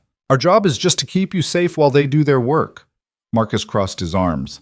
"I don't see how a horse is going to help with nightmares." "You will," Lily said quietly. It was the first time she'd spoken, and both clients turned to look at her. "I didn't believe it either, but they see things we can't see. They feel things we're too broken to feel, and they don't judge. They just are." "You've done this program?" Kara asked, her voice sharp with skepticism. "Something like it. I was sick. Really sick." "And Titan?" She gestured toward the black horse watching from his stall. "He taught me how to be brave when I was too scared to breathe. He didn't make the pain go away. He just showed me I could survive it." Something in Kara's expression shifted. Not softness, not yet, but a crack in the armor. James took over then, explaining the program structure. 4 hours a day, 5 days a week, for 3 weeks. They'd start with basic groundwork, learning to read horse body language, practicing approach and retreat, building trust through consistency. Then they'd progress to more intensive work, depending on each client's needs and capabilities. "Marcus, you'll be working primarily with Atlas. Kara, we're pairing you with Willow, but all the horses are available if we find a different match works better." They started that afternoon. Marcus approached Atlas with the stiff wariness of someone expecting attack. But the big gray horse just stood there, breathing calmly, waiting. When Marcus finally reached out to touch him, his hand was shaking. "He can feel your fear," James said quietly. "And he's not afraid of it. He's just acknowledging it's there." Marcus kept his hand on the horse's shoulder, and slowly, so slowly Ethan almost missed it, his breathing began to match Atlas's rhythm. Deep, steady, grounded. Kara's session was harder. She approached Willow in her wheelchair with such barely controlled rage that the mare took a step back. But then Willow did something unexpected. She walked forward again and lowered her head until her muzzle was level with Kara's face. "She wants you to breathe with her," Lily said, wheeling her own chair closer. "It's what they do. They match your rhythm and then show you a better one." "I don't want a better rhythm. I want my legs back." "I know. I want it to not be dying. But we don't get those choices. We only get to choose how we survive what we can't change." Kara stared at Lily, at this thin girl with the surgical scars visible at her hairline and the kind of certainty that came from walking through fire. Then she looked at Willow, who stood patient and steady, offering nothing but presence. "Okay," Kara whispered. "Show me." Over the next 3 weeks, Ethan watched the kind of transformation he'd only read about in Margaret Holloway's research notes. Marcus began sleeping through the night for the first time in 2 years. His shoulders gradually lost their rigid set, and he started talking about his experiences in Afghanistan without the 1,000-yard stare that had accompanied every previous attempt. Kara progressed from rage to grief to something like acceptance. She learned to groom Willow from her wheelchair, learned to read the mare's moods and needs, learned that capability wasn't defined by what your body could or couldn't do. By week 3, she was leading Willow around the arena with confidence, her upper body strength compensating for what her legs could no longer provide. And Lily moved between them both like a bridge. She shared pieces of her own story when it felt right, offered quiet encouragement when words failed, and mostly just existed as proof that survival was possible. On the last day of the first session, they held a small closing ceremony in the main arena. Both clients had chosen to say a few words to mark the ending of something and the beginning of something else. Marcus went first. "I came here thinking I was broken beyond repair," he said, his voice rough with emotion. "I thought the war had taken everything that mattered, but Atlas showed me I'm not broken. I'm just learning a different way to stand, and that's enough." Kara spoke next, one hand on Willow's neck for support. "I've spent 6 months hating my body for failing me. But Willow doesn't see failure, she sees capability, and maybe if a horse can see it, I can learn to see it too." After the ceremony, as Marcus and Kara prepared to leave, Dr. Winters pulled Ethan aside. "We've got a waiting list," she said, showing him her tablet.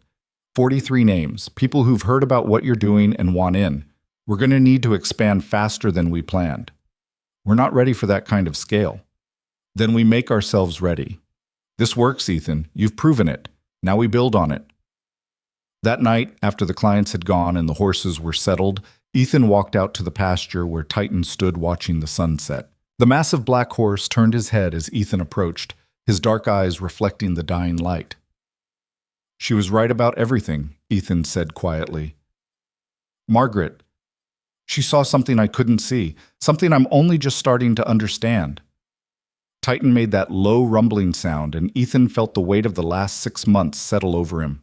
The terror and triumph, the loss and discovery, the slow transformation from drowning to standing. Thank you, he said, placing his hand on the horse's shoulder, for finding me, for saving my daughter, for showing me that broken things can still hold weight. The horse leaned into his touch, solid and warm and absolutely certain, and Ethan felt tears slip down his face, not from grief this time, but from gratitude, from the overwhelming understanding that he'd been given a gift he didn't deserve, but would spend the rest of his life trying to be worthy of. Behind him, the main house glowed with light. Through the window, he could see Lily helping James prepare dinner, moving carefully but confidently around the kitchen. She was laughing at something James had said, and the sound carried across the evening air like music. His daughter was alive. His ranch had purpose. And somewhere beyond the mountains, a storm was building that would test everything they'd built. But for now, in this moment, Ethan allowed himself to simply stand in the fading light and feel what it meant to have hope. The storm warning started on a Wednesday in late October, 5 months after the program's official launch. Ethan was in the barn checking water lines before the first freeze when his phone buzzed with an alert from the National Weather Service. A massive system was building over the Pacific, drawing moisture from 3 different sources, with models predicting it would stall over the northern Rockies for up to 72 hours. Could be nothing, James said when Ethan showed him the forecast. Could be the worst October storm in 30 years. Weather Service is calling it a 50-50 shot. They were running at capacity now, 12 clients rotating through 3-week sessions with barely a day's gap between cohorts. The current group included 2 children, a 9-year-old boy recovering from a traumatic brain injury and a 12-year-old girl dealing with the aftermath of severe abuse. Both were fragile in ways that made Ethan's protective instincts flare hot and constant. The boy, Nathan, had bonded immediately with Titan. The girl, Sophia, had chosen Atlas, responding to the big gray's gentle stability in ways she couldn't articulate with words yet. They were both making progress, but they were also both raw and vulnerable and absolutely not equipped to handle a major weather emergency. We should send them home early, Ethan said, watching the sky darken through the barn doors. Get them out before the roads close. And tell them what? James asked quietly. That we're giving up on them because things might get hard. What message does that send? It sends the message that we prioritize their safety over our program completion rates. Or it sends the message that we don't believe they're strong enough to weather a storm. These kids have survived worse than bad weather, Ethan. What they need isn't protection. It's the chance to prove they can stand through something difficult and come out the other side. Ethan wanted to argue, wanted to insist that keeping children safe was more important than any therapeutic outcome. But he thought about Lily and the brutal treatment protocol she'd endured, about how the hardest moments had forged the strongest growth, about how coddling her would have been its own kind of cruelty. We make sure we're overstocked on supplies, he said finally. Food, water, medical equipment, generator fuel. If this thing hits as hard as they're predicting, we could be cut off for days. Already on it. Dr. Winters authorized emergency funds this morning. I've got deliveries coming this afternoon. The supplies arrived in waves throughout the day. Non-perishable food, bottled water, extra hay and grain for the horses, diesel for the generators, medical supplies in case someone got hurt. They stocked the family cabin and the main house until both buildings looked like they were preparing for a siege. Lily watched the preparations with the kind of focused intensity she brought to everything now. At 9 years old, she carried herself with a gravity that made people forget her age. The cancer was in remission, 18 months clear as of last week, but the experience had marked her in ways that would never fully fade. Is it going to be bad? She asked Ethan as they carried boxes of supplies to the cabin. Might be. Weather Service isn't sure yet. Are you scared? Ethan set down the box he was carrying and looked at his daughter. A little. But mostly I'm focused on making sure everyone stays safe. That's what Titan does. Focuses on the job instead of the fear. She picked at the edge of the box absently. Sophia asked me today what happens if the storm is really bad. If we lose power or the roads wash out. What did you tell her? That we have everything we need right here. Food, shelter, each other, and that being scared is okay as long as you don't let it stop you from doing what needs to be done. That's good advice. It's what you taught me. During the surgery when I was so scared I couldn't breathe. You said fear is just information, not instruction. Lily looked up at him with those old knowing eyes. I think about that a lot now. When clients are struggling, fear tells you something matters. It doesn't tell you to run. The first snowflakes started falling Thursday afternoon. Within an hour, the valley had disappeared under a white curtain so thick Ethan couldn't see the barn from the house. The temperature plummeted 20 degrees in 90 minutes, and the wind picked up until it screamed like something alive and furious. They gathered everyone in the main house as visibility dropped to zero. The current clients, their families who'd been staying in the cabin, James, Dr. Winters, who'd driven up from the Institute yesterday to observe the session. 12 people total, plus Lily, all crowded into the living room while the storm howled outside. Nathan's mother was trying very hard not to panic. Ethan could see it in the way she kept counting her son's medications, checking and rechecking that they had everything he needed. Sophia's foster parents were calmer, but they kept glancing at the windows with the kind of wariness that came from people who'd survived their own storms. The power's going to go out, James said quietly to Ethan. Question is when, not if. Once these winds hit the lines, we're running on generators. How long will the fuel last? 3 days if we're conservative. 5 if we're lucky. After that, he shrugged. We'll figure it out. The power died at 8 o'clock that night, plunging the house into darkness for 30 seconds before the generator kicked in and the lights flickered back to life. Nathan made a small, frightened sound, and his mother pulled him close. Sophia just stared at the ceiling, her expression unreadable. It's okay, Lily said, moving to sit beside Sophia on the couch. The generator will keep everything running. We're safe. How do you know? Sophia asked, her voice barely audible. Because my dad prepared for this. Because we have everything we need. And because Titan and Atlas and all the other horses are safe in the barn. And they're not scared. So we don't need to be either. How do you know the horses aren't scared? Because that's not what they do. They anchor. They hold steady no matter what the storm looks like. It's what they were born for. Ethan felt his throat tighten. His daughter was 9 years old, and speaking with the certainty of someone 3 times her age, offering comfort she'd learned from a horse that had dragged hope through a blizzard. The storm intensified overnight.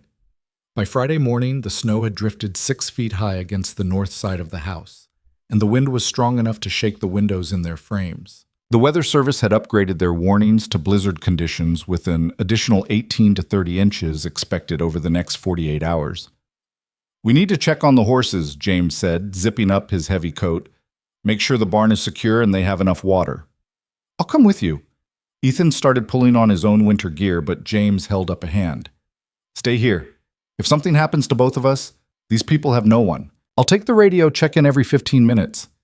James, I've done this before, Ethan. Storms worse than this. I'll be fine. He disappeared into the white chaos, and Ethan stood at the window watching until the storm swallowed even James's bright orange coat from view. The 15-minute check-ins came like clockwork for the first hour. James's voice crackled over the radio with updates. Barn secure, horses calm, water lines holding despite the cold. But on the 5th check-in, his voice was tight with something that might have been concern. We've got a problem. Titan's gone. Ethan's stomach dropped. What do you mean, gone? His stall is empty. Gates open. I don't know if I didn't latch it properly, or if he opened it himself, but he's not here. Could he be in the arena? Already checked. He's not in the building. Ethan, I think he went outside. In this? Ethan looked at the storm, at visibility that was measured in feet, not yards. Why would he do that? I don't know. But we need to find him before he freezes or gets lost. I'm going to do a perimeter search. No, wait for me. Don't go alone. Someone needs to stay with the clients. Then we both stay. Titan is smart, James. He survived bringing hope to me in weather almost this bad. He can handle himself until the storm breaks. There was a long pause. Then James said, "Your call. But Ethan, I've got a bad feeling about this." Back in the house, Ethan tried to project calm he didn't feel. The clients and their families were starting to pick up on the tension, casting worried glances at him every time he checked his phone or looked out the window into the howling white. Lily found him in the kitchen an hour later, staring at the storm through the window above the sink. "Titan's missing, isn't he?" she said quietly. "How did you know?" "Because you've got your scared face on. The one you think you're hiding but aren't. Where did he go?" "We don't know. James thinks he left the barn and went out into the storm." Lily was quiet for a moment, processing. Then she said, "He's looking for someone."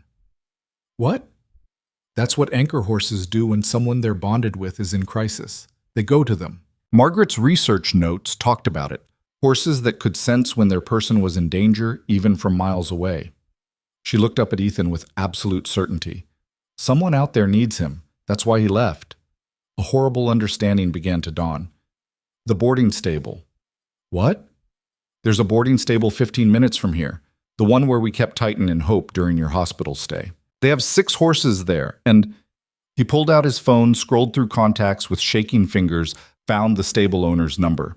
It rang 4 times before a woman answered, her voice high and panicked. "Hello?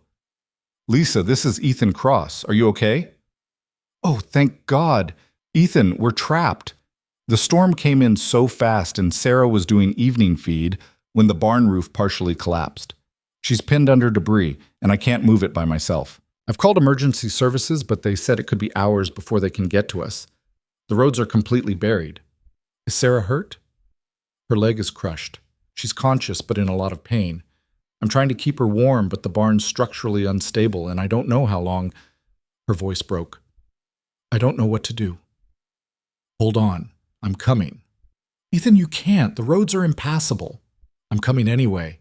Keep Sarah warm and conscious. I'll be there as soon as I can." He ended the call and turned to find James had come back inside, stamping snow from his boots. The older man took one look at Ethan's face and said, "What happened?" "The stable. The roof collapsed and someone's trapped. I have to go." "You'll never make it. Not in the truck, not in this weather." "Then I'll walk." "It's 15 miles, Ethan. In a blizzard. You'll die before you get halfway." "I can't just leave her there." They stared at each other, the impossible math of the situation hanging between them. Then Lily spoke from the doorway. "Titan already left. He's going to her." Both men turned to look at the girl. "Lily, that's not..." Ethan started. "Yes, it is. You know it is. He sensed she needed help and he went. That's what he does. And if he's already out there, already going toward her, then you need to follow him." "I don't even know which direction he went." "Yes, you do. He went toward someone who needed him. Same direction as the stable." James rubbed his face with both hands. "This is insane." "Probably," Ethan agreed. "But she's right. If Titan's out there, if he's heading toward the stable, then he's breaking trail, making it easier to follow." "You're still talking about hiking 15 miles in blizzard conditions." "I'm talking about following a horse who's saved everyone he's ever encountered. I'm talking about trusting Margaret Holloway's training and Titan's instincts." Ethan started pulling on every piece of cold weather gear he owned. "I'm talking about doing what needs to be done." "Then I'm coming with you." "No, these people need you here. If something happens to me, they need someone who knows what they're doing."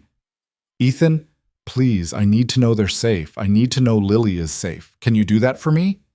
James's jaw worked, but finally he nodded. "Take the emergency beacon, take the radio. And for the love of everything, take the rescue sled from the barn. If you find her and she's injured, you'll need a way to transport her back." 20 minutes later, Ethan stepped out into the storm. The wind hit him like a physical force, driving snow into every exposed inch of skin. Visibility was maybe 10 feet on a good gust, 5 feet most of the time. The world had been reduced to white noise and frozen fury. But there, barely visible in the snow, were tracks. Massive hoofprints, already half-filled but still discernible, heading northeast toward the road. Titan's tracks. Ethan clipped into the rescue sled's harness, adjusted the emergency beacon on his belt, and started following the horse into the storm. The first mile was brutal. The wind tried to push him backward with every step, and the snow was deep enough that he sank to his knees with each stride. The cold found every gap in his clothing, every vulnerable spot, and dug in with icy fingers. Within 15 minutes, Ethan's face was numb. His lungs burned from breathing frozen air, and his legs felt like they'd been filled with concrete. But the tracks held. Titan's path was surprisingly straight, cutting through the storm with the kind of purpose that came from absolute certainty. The horse knew where he was going, and he wasn't letting a little thing like impossible weather stop him. By mile 3, Ethan had lost all feeling in his feet.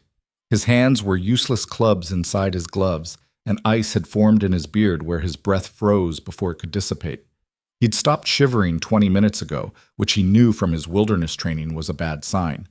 His body was shutting down non-essential functions to preserve the core.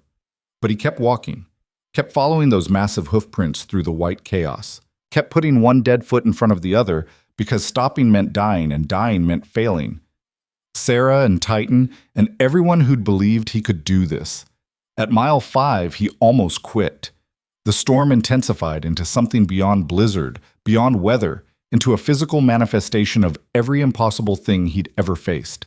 His daughter's illness, his ranch's failure, his own crushing inadequacy, all of it compressed into frozen wind and killing cold. He was on his knees in the snow, the sled harness cutting into his shoulders, when he heard it. A sound cutting through the storm, low and powerful and absolutely unmistakable. A horse's whinny. Ethan lifted his head. Through the driving snow, maybe 30 yards ahead, he could just make out a massive dark shape. Titan, standing beside what looked like the remains of a fence line, calling back to him. Waiting. Ethan got to his feet. He didn't know how. His legs felt like frozen wood. His body was running on fumes and desperation. But he stood. And he walked toward that dark shape, toward the horse that had refused to let hope die in a blizzard. When he reached Titan, the horse moved closer and pressed his massive shoulder against Ethan's side. The warmth of the animal's body was shocking, almost painful against his frozen skin. But it was also grounding, anchoring, exactly what Ethan needed to take the next breath and the one after that. "You're going to her," Ethan said through numb lips. "To Sarah. Show me."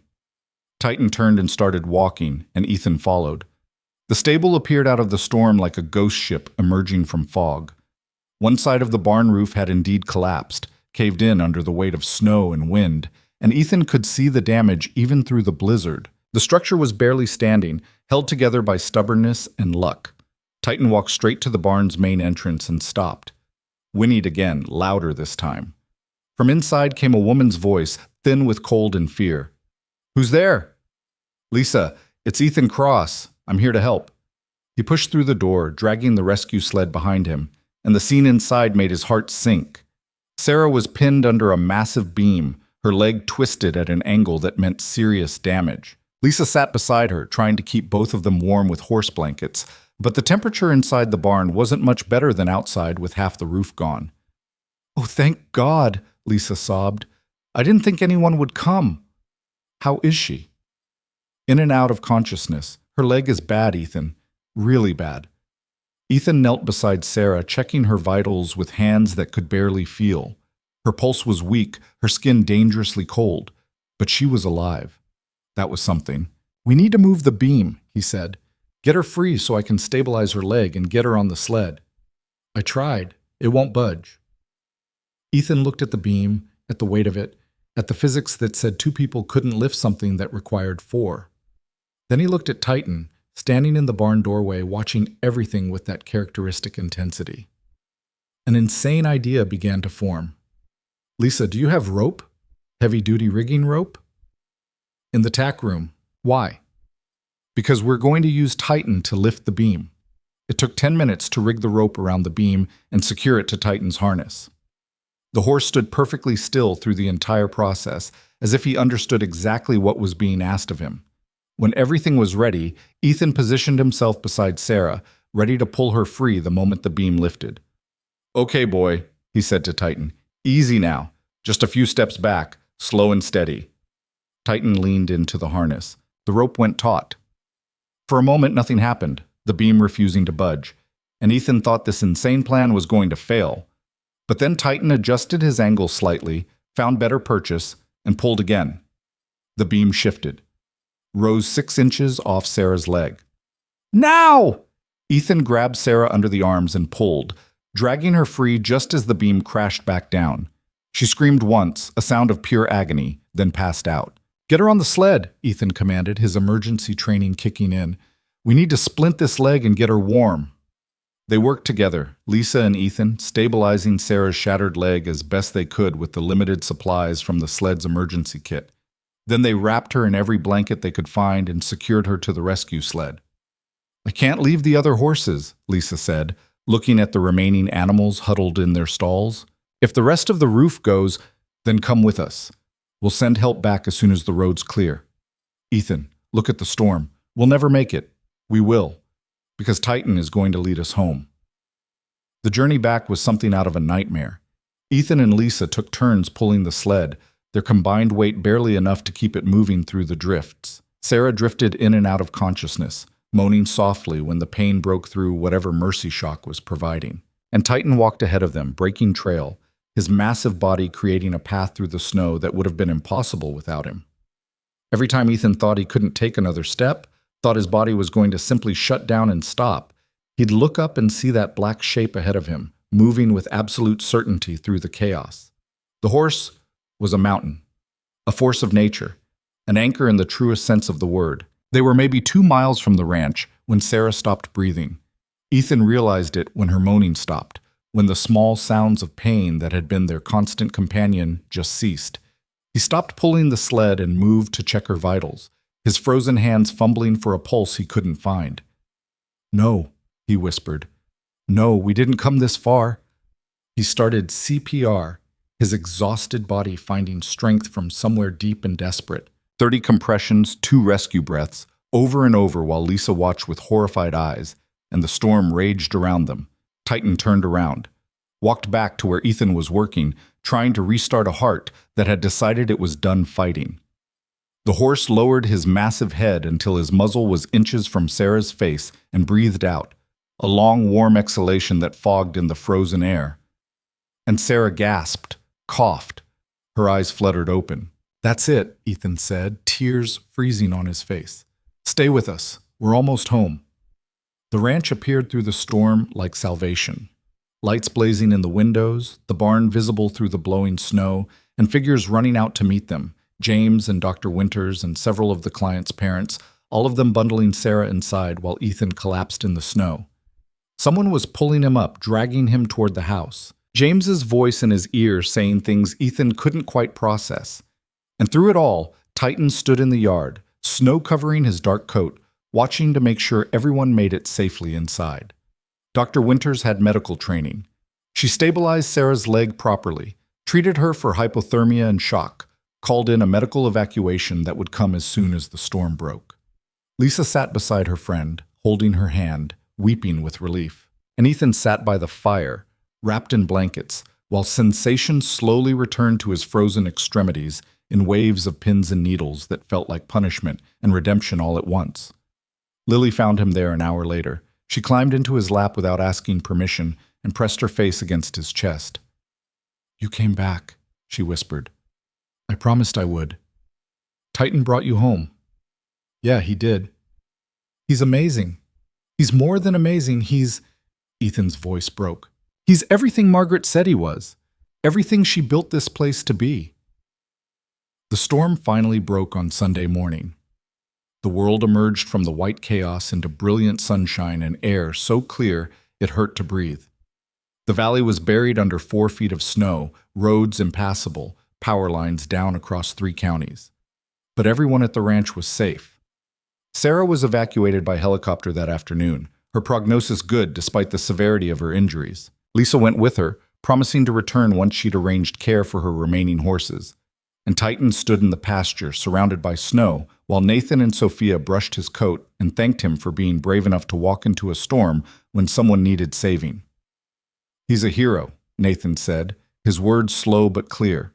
The brain injury that had stolen his speech was gradually releasing its hold. He's an anchor, Lily corrected gently. Heroes save you. Anchors teach you to save yourself. There's a difference. Ethan watched from the fence line as his daughter shared the wisdom she'd learned from months of being held steady by a horse that refused to let anyone drown alone. And he understood finally what Margaret Holloway had been building. Not a therapy center, not a business, but a place where broken things learned to bear weight again. A place where hope was dragged through blizzards and refused to die. A place where anchors held when everything else let go. The story of Titan's storm rescue spread faster than Ethan could have anticipated. Sarah's helicopter evacuation had been witnessed by emergency responders across 3 counties, and by Monday morning a reporter from the regional news station was calling, wanting to know about the therapy horse that had walked 15 miles through a blizzard to save someone's life. "I don't think that's a good idea," Ethan told Dr. Winters when she forwarded the media request. "We're not running a publicity stunt here. These are vulnerable people, kids who need privacy and safety, not cameras." "I agree. But Ethan, think about what this could mean. The waiting list is already 43 names long. If people understand what you're actually doing here, how effective this work is, we could help so many more. Or we could turn it into a circus and lose everything that makes it work." Dr. Winters was quiet for a moment. "What if we controlled the narrative?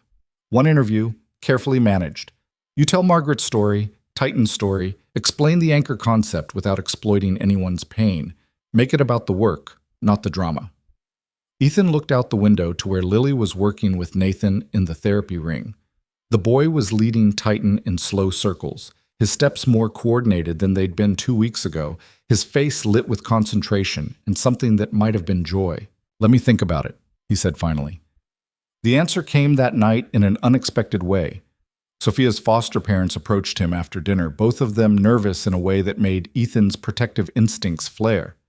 "We need to talk to you about something," Sophia's foster father said. "About after the program ends." "Is there a problem?" "The opposite, actually. We've seen such change in Sophia these past 2 weeks. She's talking more, engaging more, showing interest in things beyond her trauma. And we think we'd like to continue the work somehow.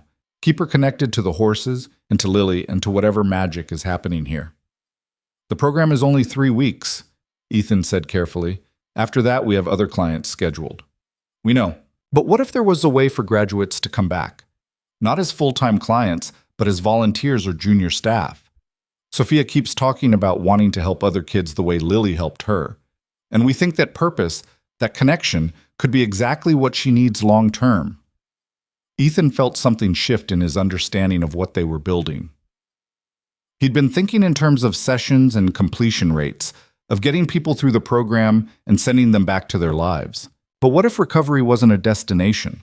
What if it was a continuous process of learning to hold steady, and some people needed to stay connected to their anchor even after the immediate crisis passed? "I'll talk to Dr. Winters," he said. "See if we can build something for graduates, a way to stay involved." Sophia's foster mother smiled, tears in her eyes. "Thank you. You have no idea what you've given her, given us." That conversation was still echoing in Ethan's mind when James found him in the barn later that evening, checking on the horses before bed. "You're thinking about the media request," James said. It wasn't a question. "How did you know?" "Because you've got that look. The one that says you're wrestling with something bigger than horses and therapy sessions."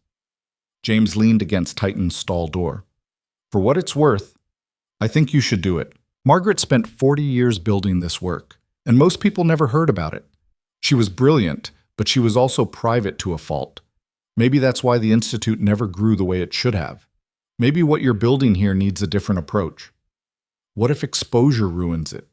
What if we get overwhelmed with people who don't understand what we're actually doing? Then you set boundaries. You control access. But Ethan, there are kids out there right now, suffering in ways we can help with, and their families don't even know this kind of therapy exists. You have a chance to change that, to make Margaret's legacy reach further than she ever could alone." Ethan watched Titan standing calm and solid in his stall, this massive creature that had become the physical embodiment of everything they were trying to teach. Strength through steadiness, hope through presence, survival through refusing to let go. "Okay," he said, "one interview, but we do it on our terms and we protect the client's privacy absolutely." The reporter arrived the following Thursday with a small crew, just a cameraman and a sound technician. Her name was Jennifer Martinez, and she had the kind of competent warmth that put Ethan slightly more at ease. "I want to be clear about something up front," Ethan said as they set up in the main barn. "This isn't about me, and it's not about dramatic rescue stories. This is about a woman named Margaret Holloway who spent her life developing a type of therapy that most people don't understand, and it's about the horses who make that therapy possible." "Understood. Can you tell me about Margaret? How you came to be running her program?" So Ethan told the story. Not all of it. He left out the most private details about Lily's illness, kept the focus on Margaret's vision and Titan's journey through the blizzard. He talked about anchor horses, about the specific training that allowed them to provide stability during crisis, about outcomes that traditional therapy sometimes couldn't reach. "And the storm rescue?" Jennifer asked. "That was Titan acting on his training?" "That was Titan doing what Margaret spent years teaching him to do, recognizing when someone needed help and going to them, regardless of the obstacles. In his case, the obstacle was a blizzard, but the principle is the same as what happens in these stalls every day, seeing past fear and pain to what people actually need, which is usually just someone who won't abandon them when things get hard." "Can I meet him, Titan?" Ethan led her to the big stall at the end of the barn, where Titan stood watching their approach with characteristic calm. When Jennifer reached out tentatively to touch his neck, the horse leaned slightly into her hand, offering the same grounded presence he gave to everyone. "He's remarkable," she said softly. "You can feel it, can't you? That sense of absolute stability. That's what makes him an anchor. Most therapy animals offer comfort, which is valuable, but Titan offers something harder to define. Foundation. Something to push against when you're learning to stand again." The piece aired the following Tuesday during the evening news. Ethan gathered everyone in the main house to watch, the current group of clients, their families, James, Dr. Winters, who'd driven up for the occasion, and Lily, who sat curled against his side on the couch. The segment was 6 minutes long. Jennifer had woven together the interview footage with shots of the ranch, the horses, and with permission, brief glimpses of clients working in the therapy ring. She'd gotten the tone exactly right, focusing on hope without minimizing pain, explaining the work without sensationalizing it. But the moment that made Ethan's breath catch was near the end. The camera showed Lily standing beside Titan, her hand on his neck, while her voice played over the image. "People think recovery means going back to who you were before. But sometimes you can't go back. Sometimes you have to become someone new, someone strong enough to carry what happened to you. That's what Titan teaches. Not that bad things didn't happen, but that you can hold the weight of them without breaking." The camera had caught her in profile, the surgical scars just visible at her hairline, her expression serious and certain. And then it cut to Titan lowering his massive head to rest against her shoulder, the gesture of an anchor recognizing another anchor. The segment ended with Ethan's voice over a wide shot of the ranch at sunset. Margaret Holloway believed that the strongest anchors are forged from people who've touched bottom, who know what drowning feels like. She built this place for them, and for anyone who needs to learn that survival is possible even when it seems impossible. That's her legacy. That's what we're trying to honor. The phone started ringing before the segment even finished airing. By Wednesday morning, they'd received over 200 calls, families desperate for help, veterans who'd heard about the PTSD program, therapists wanting to learn the anchor technique, donors offering funding. The volume was overwhelming and exhilarating and terrifying all at once. "We need to expand," Dr. Winters said, reviewing the spreadsheet of contacts she'd been compiling. "Not just take on more clients with the current facility, but actually grow, build additional cabins, increase the horse program, maybe even start training other facilities in Margaret's methods." "That's a massive undertaking," Ethan said. "We've only been running for 6 months. And in those 6 months, you've proven the model works. You've taken clients everyone else had given up on and shown measurable improvement. The data is solid, Ethan.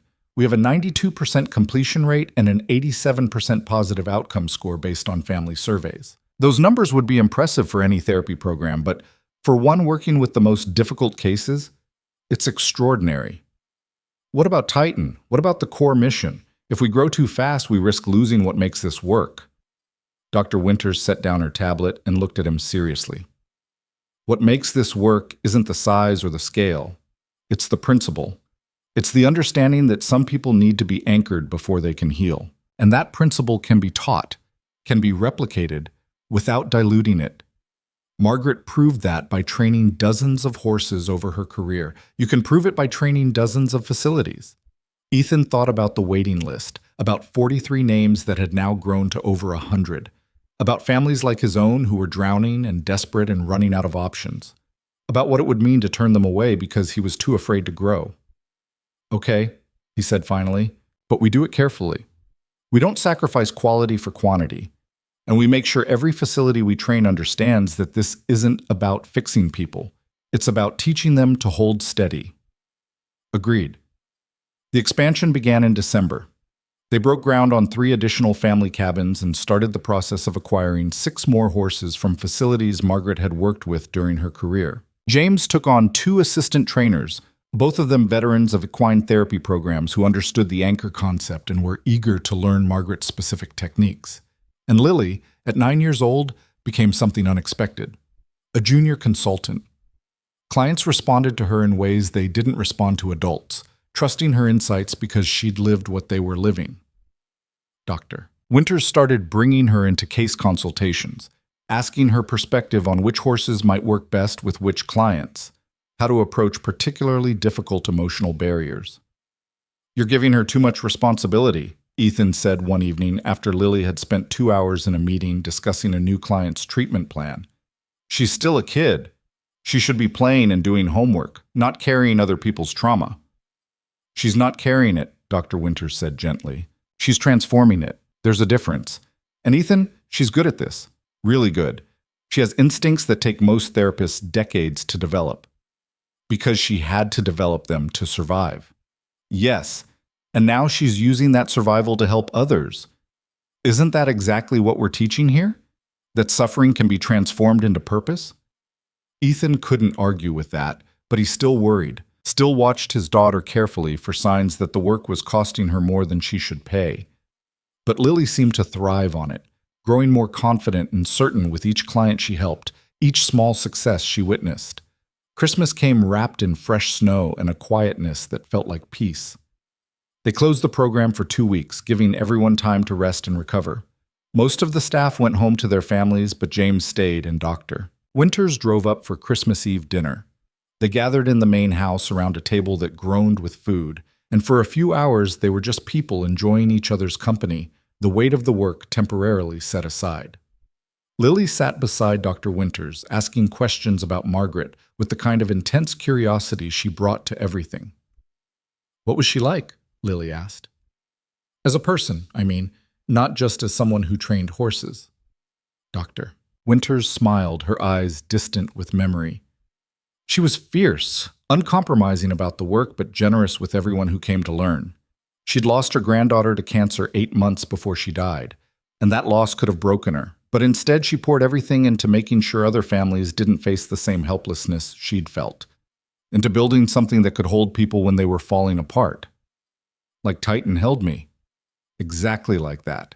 She would have loved meeting you, Lily. Loved seeing what you've become." "I think she did meet me," Lily said thoughtfully. "Through the purple elephant. Through choosing Daddy's ranch. She saw something in us that we couldn't see ourselves. That's a kind of meeting, isn't it?"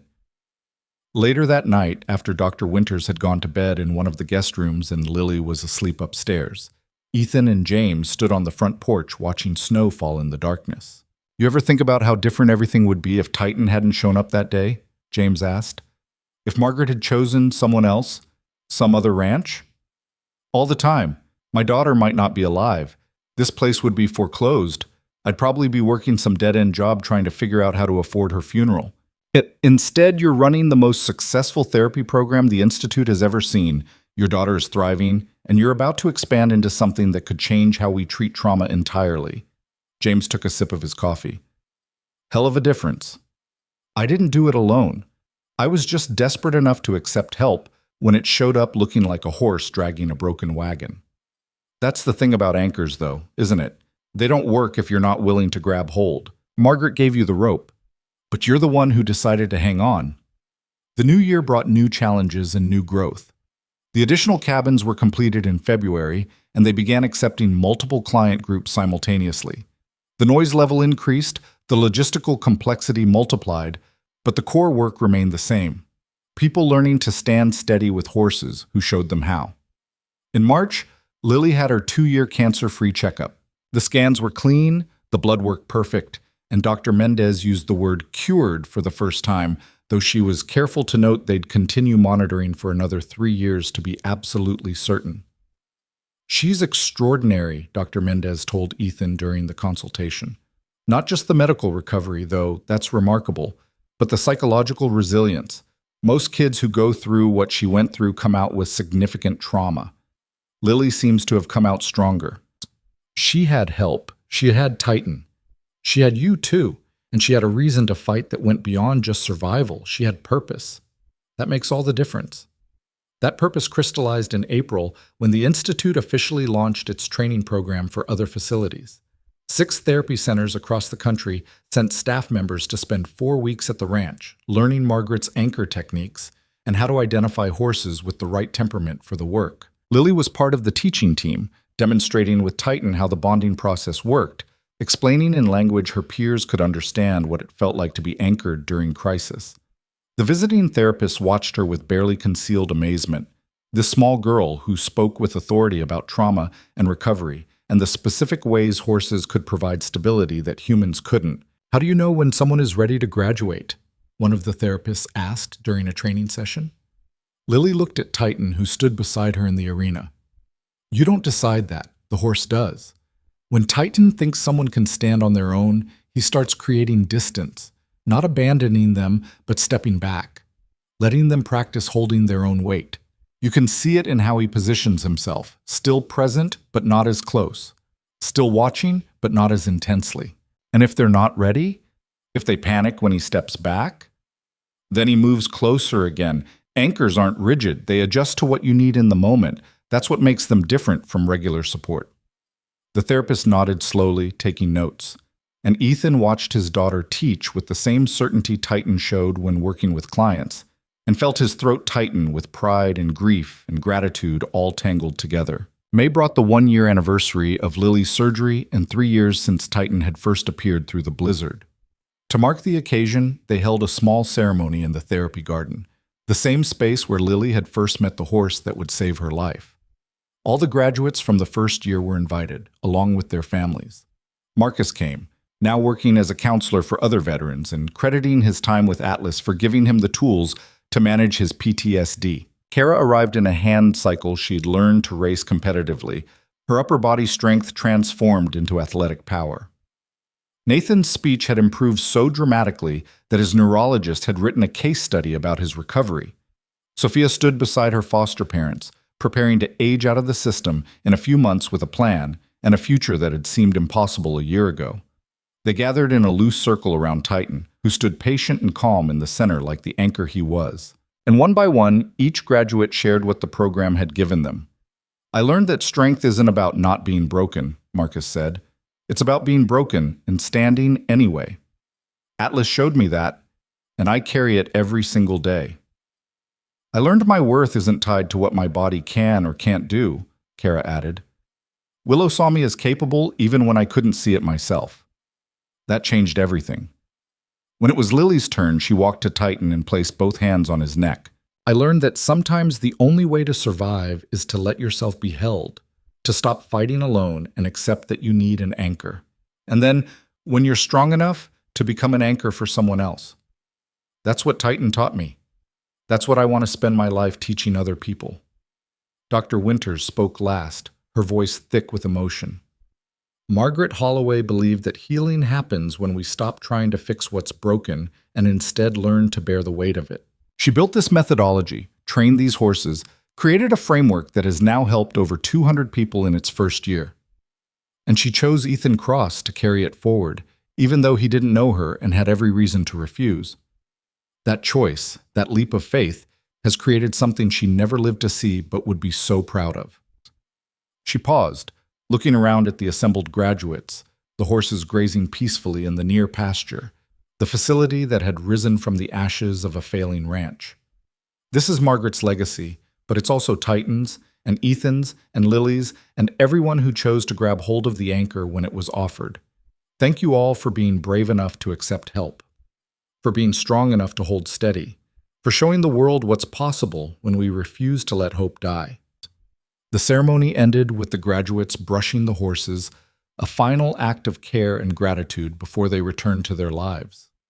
And Ethan stood beside Dr. Winters, watching his daughter laugh as she helped Nathan groom Titan, and felt something settle in his chest that he'd been chasing for 3 years. Peace, purpose. The understanding that suffering hadn't destroyed him, it had forged him into something capable of holding others steady while they learned to stand. Summer brought record heat and record enrollment. They were running at 130% capacity, with a waiting list that had grown to over 300 names. The Institute's board approved funding for a second facility in Colorado, and Ethan spent 2 weeks training the staff who would run it, teaching Margaret's techniques with the same careful attention to detail she would have demanded. But it was a Tuesday in late July when everything came full circle. Ethan was in the barn checking on a new rescue horse when James found him, his expression unreadable. "There's someone here to see you. Says it's important." "I'm kind of busy. Can they wait?" "I don't think so." "It's Lisa, from the boarding stable." Ethan's head came up sharply. He hadn't seen Lisa since the day after the storm rescue, when she'd left with Sarah in the helicopter. They'd talked on the phone a few times, but she'd been busy rebuilding her stable, and he'd been drowning in the program expansion. He found her standing in the main yard, looking thin and nervous. But she smiled when she saw him, and there was something in her expression that made his chest tighten. "How's Sarah?" he asked. "Good. Really good, actually. Her leg healed better than the doctors expected. She's walking again, working part-time at a vet clinic, thinking about going back to school for veterinary medicine." "That's great." "It is. And Ethan, we never properly thanked you for risking your life in that storm, for following Titan when any sane person would have stayed safe." "You already thanked me, multiple times." "I know, but words aren't enough. So Sarah and we talked, and we want to do something more tangible." She pulled an envelope from her jacket. "This is the deed to my boarding stable. 6 acres, main barn, 6 stall capacity. I'm giving it to the Institute." Ethan stared at her. "Lisa, you can't. That's your livelihood." "Was my livelihood. But I've been thinking a lot about what you're doing here, about the work that saved my best friend's life, and I realized I want to be part of it.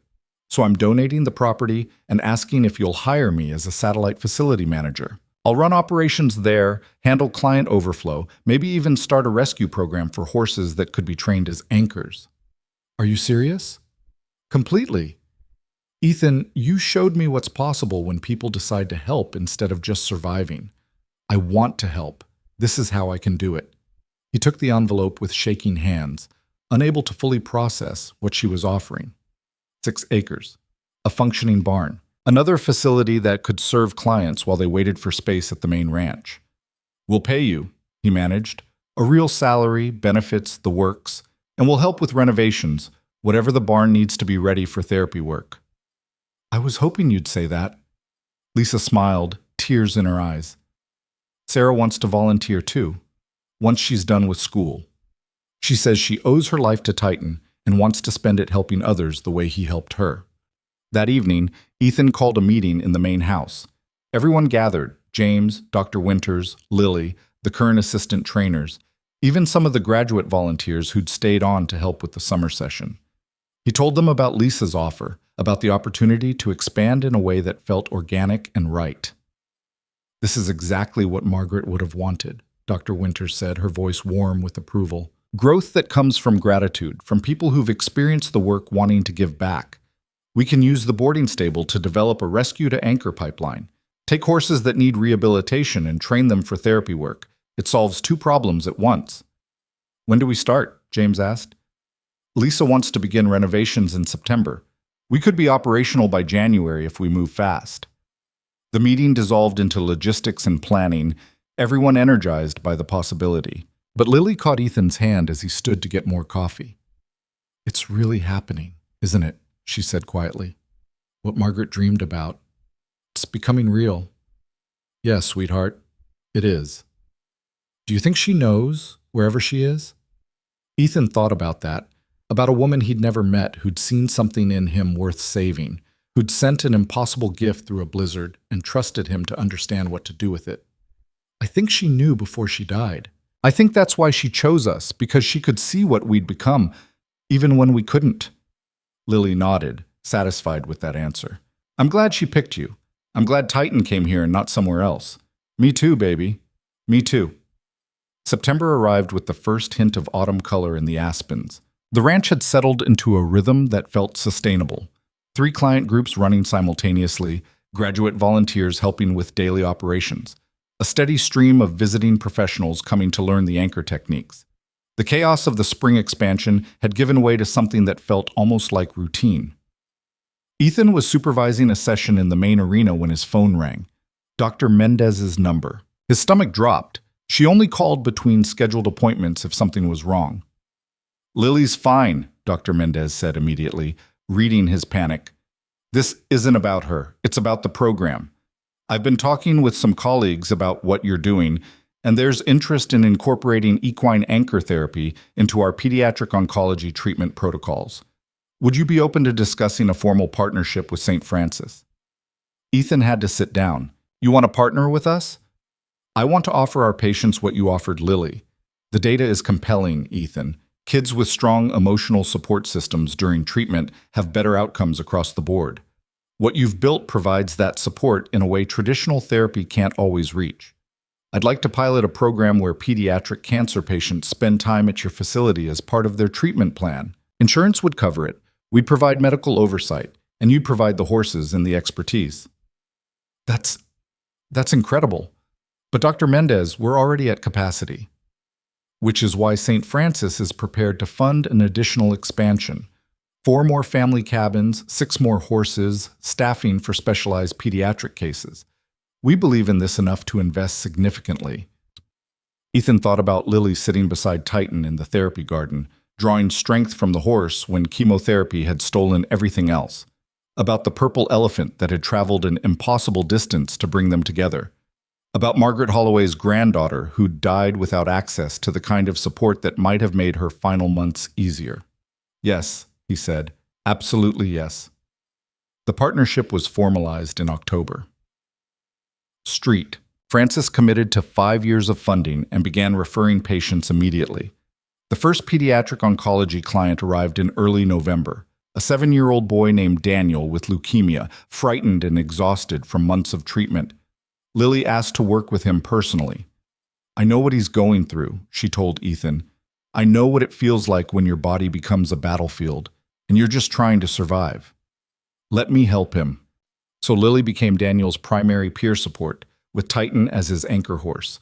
She walked with him through the terror and the pain, sharing her own story when it helped, and staying silent when presence was enough.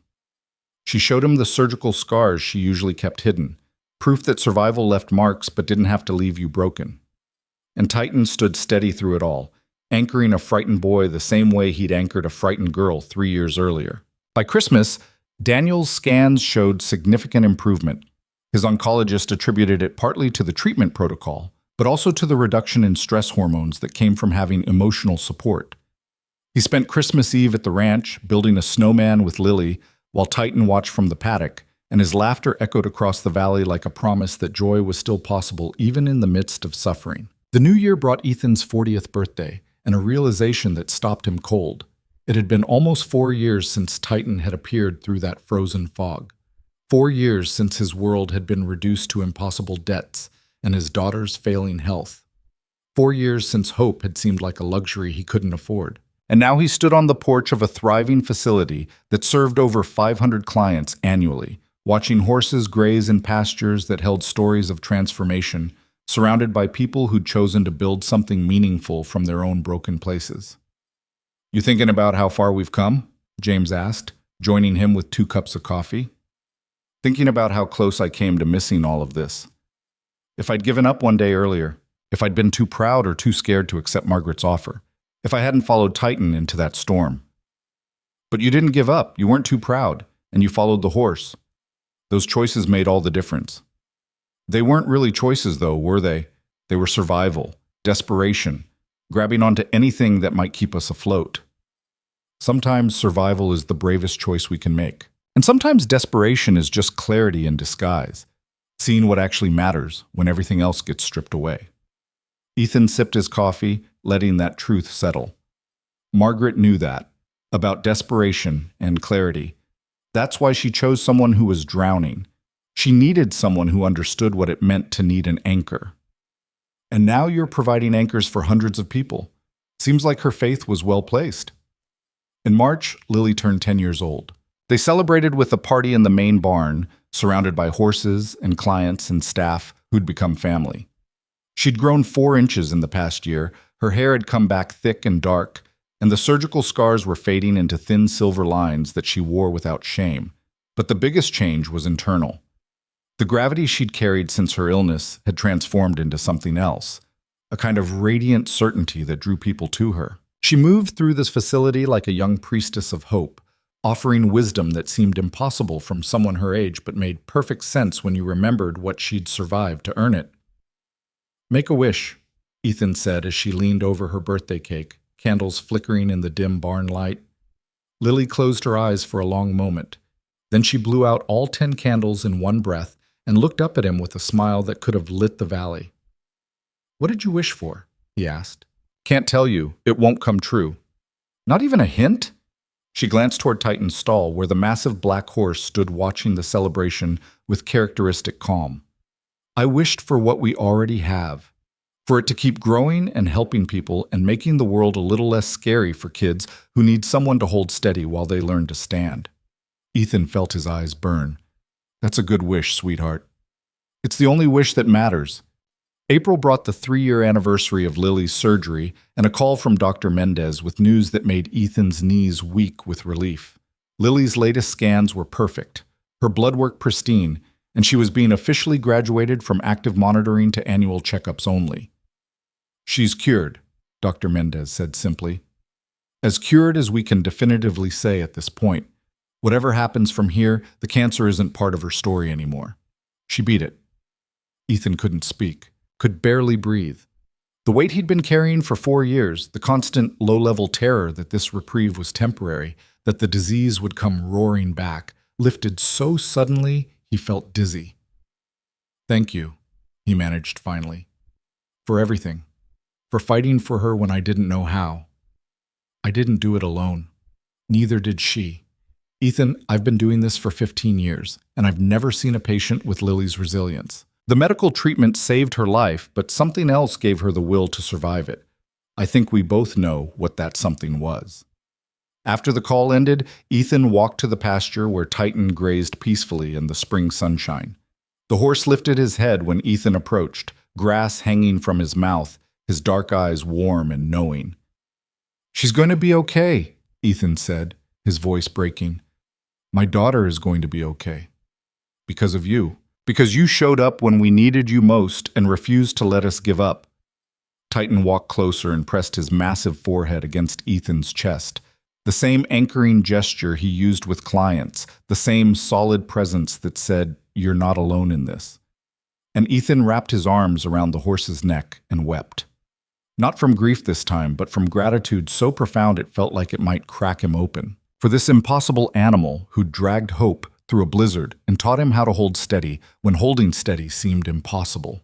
They stood like that for a long time, man and horse, both of them anchors now, both of them holding weight that had once seemed unbearable but had somehow become their purpose.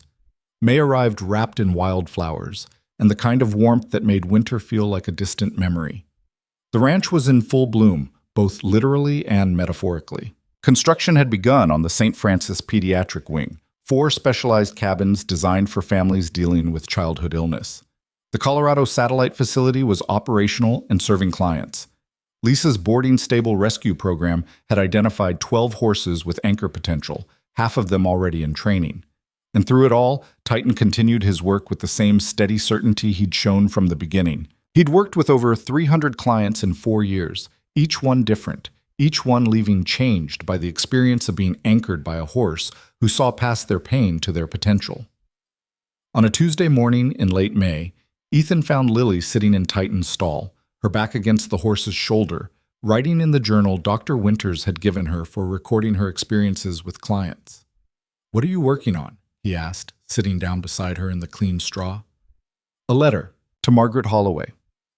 Sweetheart, I know she's dead, but I wanted to write to her anyway, to tell her thank you for seeing something in you that you couldn't see yourself, for sending Titan when we needed him most, for building something so beautiful that it saved my life and hundreds of other lives." Lily looked up at him, her eyes serious. "Do you think that's weird?" "No, I think it's exactly right. Want to hear what I wrote?" "I'd love to." Lily cleared her throat and began to read. "Dear Margaret, you never met me, but you saved my life anyway.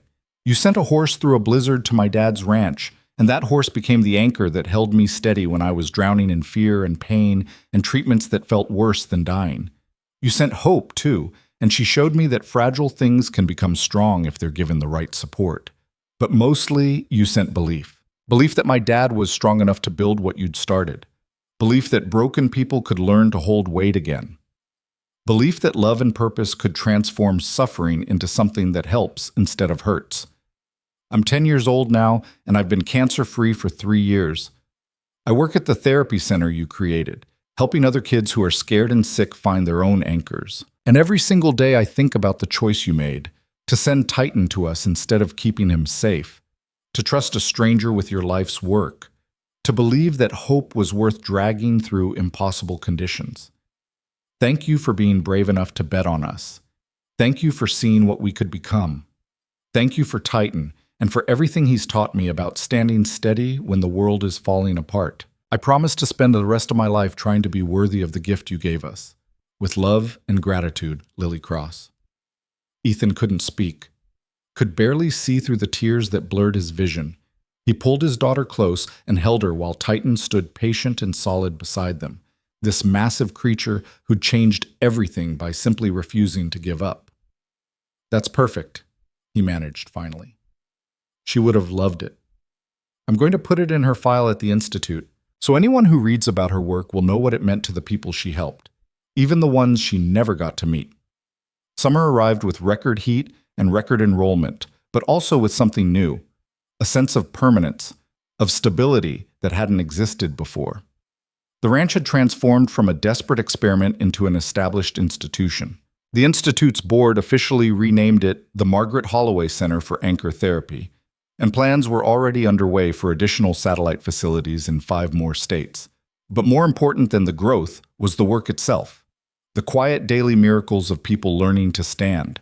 The gradual transformations from broken to bent but holding. The moment when a client's eyes changed, when they stopped looking at the horse and started looking through it to something they'd thought was lost forever. Their own strength, their own capacity, their own future. On a Thursday in late June, Ethan stood in the therapy arena watching a new client, a teenage girl who'd survived a school shooting, take her first tentative steps toward Atlas. She was shaking so hard he could see it from across the ring, her face pale with terror. But Atlas just stood there, breathing, being, offering nothing but presence. The girl got within 5 feet and stopped, started crying, turned to walk away. But then she looked back at the horse, at the way he simply waited without judgment or expectation, and something in her expression shifted. She walked back, reached out one trembling hand, touched Atlas's shoulder. And the horse leaned into her touch, just slightly, just enough to say, "I see you, I'm here, you're not alone." The girl collapsed against Atlas's neck and wept, and the horse stood steady, anchoring her through the storm of emotion with nothing but his solid, breathing presence. Lily appeared at Ethan's side, watching the same scene with her old, knowing eyes.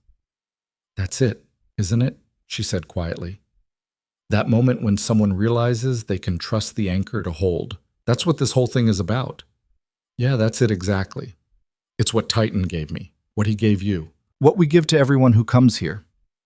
What Margaret gave to all of us," Ethan added, "the understanding that anchors hold not because they're unbreakable, but because they refuse to let go." They stood in silence, watching the girl and the horse, and Ethan felt the full weight of what they'd built settle over him like a benediction. This wasn't just a therapy center. It was a monument to stubborn hope, to the radical belief that suffering could be transformed into purpose and pain could be alchemized into strength. It was Margaret Holloway's legacy and Titan's gift, and his own hard-won understanding that drowning was sometimes the first step to learning how to swim. As the sun set behind the mountains, painting the valley in shades of gold and amber, Ethan walked to the pasture where Titan grazed with the other anchor horses. The big black Percheron lifted his head, grass hanging from his mouth, his dark eyes reflecting the dying light. "We did it," Ethan said quietly, leaning against the fence. "We built what she dreamed about. We gave Hope a place to live." Titan walked to the fence and pressed his forehead against Ethan's chest one more time, the gesture that had become their private language, the physical manifestation of everything that couldn't be put into words. And Ethan stood there in the golden light, anchored by a horse who'd dragged Hope through a blizzard and taught him that the strongest foundations are built from broken pieces that refuse to stay broken. Behind him, the ranch hummed with life and purpose. Clients worked with horses in the arena. Families gathered for dinner in the main house. Lily laughed with the other volunteers, her voice carrying across the evening air like a promise that joy was possible even after suffering. And everywhere, in the stalls and pastures and therapy rings, horses stood steady, offering the only thing that really mattered when everything else fell apart: an anchor, a presence, a refusal to let anyone drown alone. It was enough. It was everything. It was home.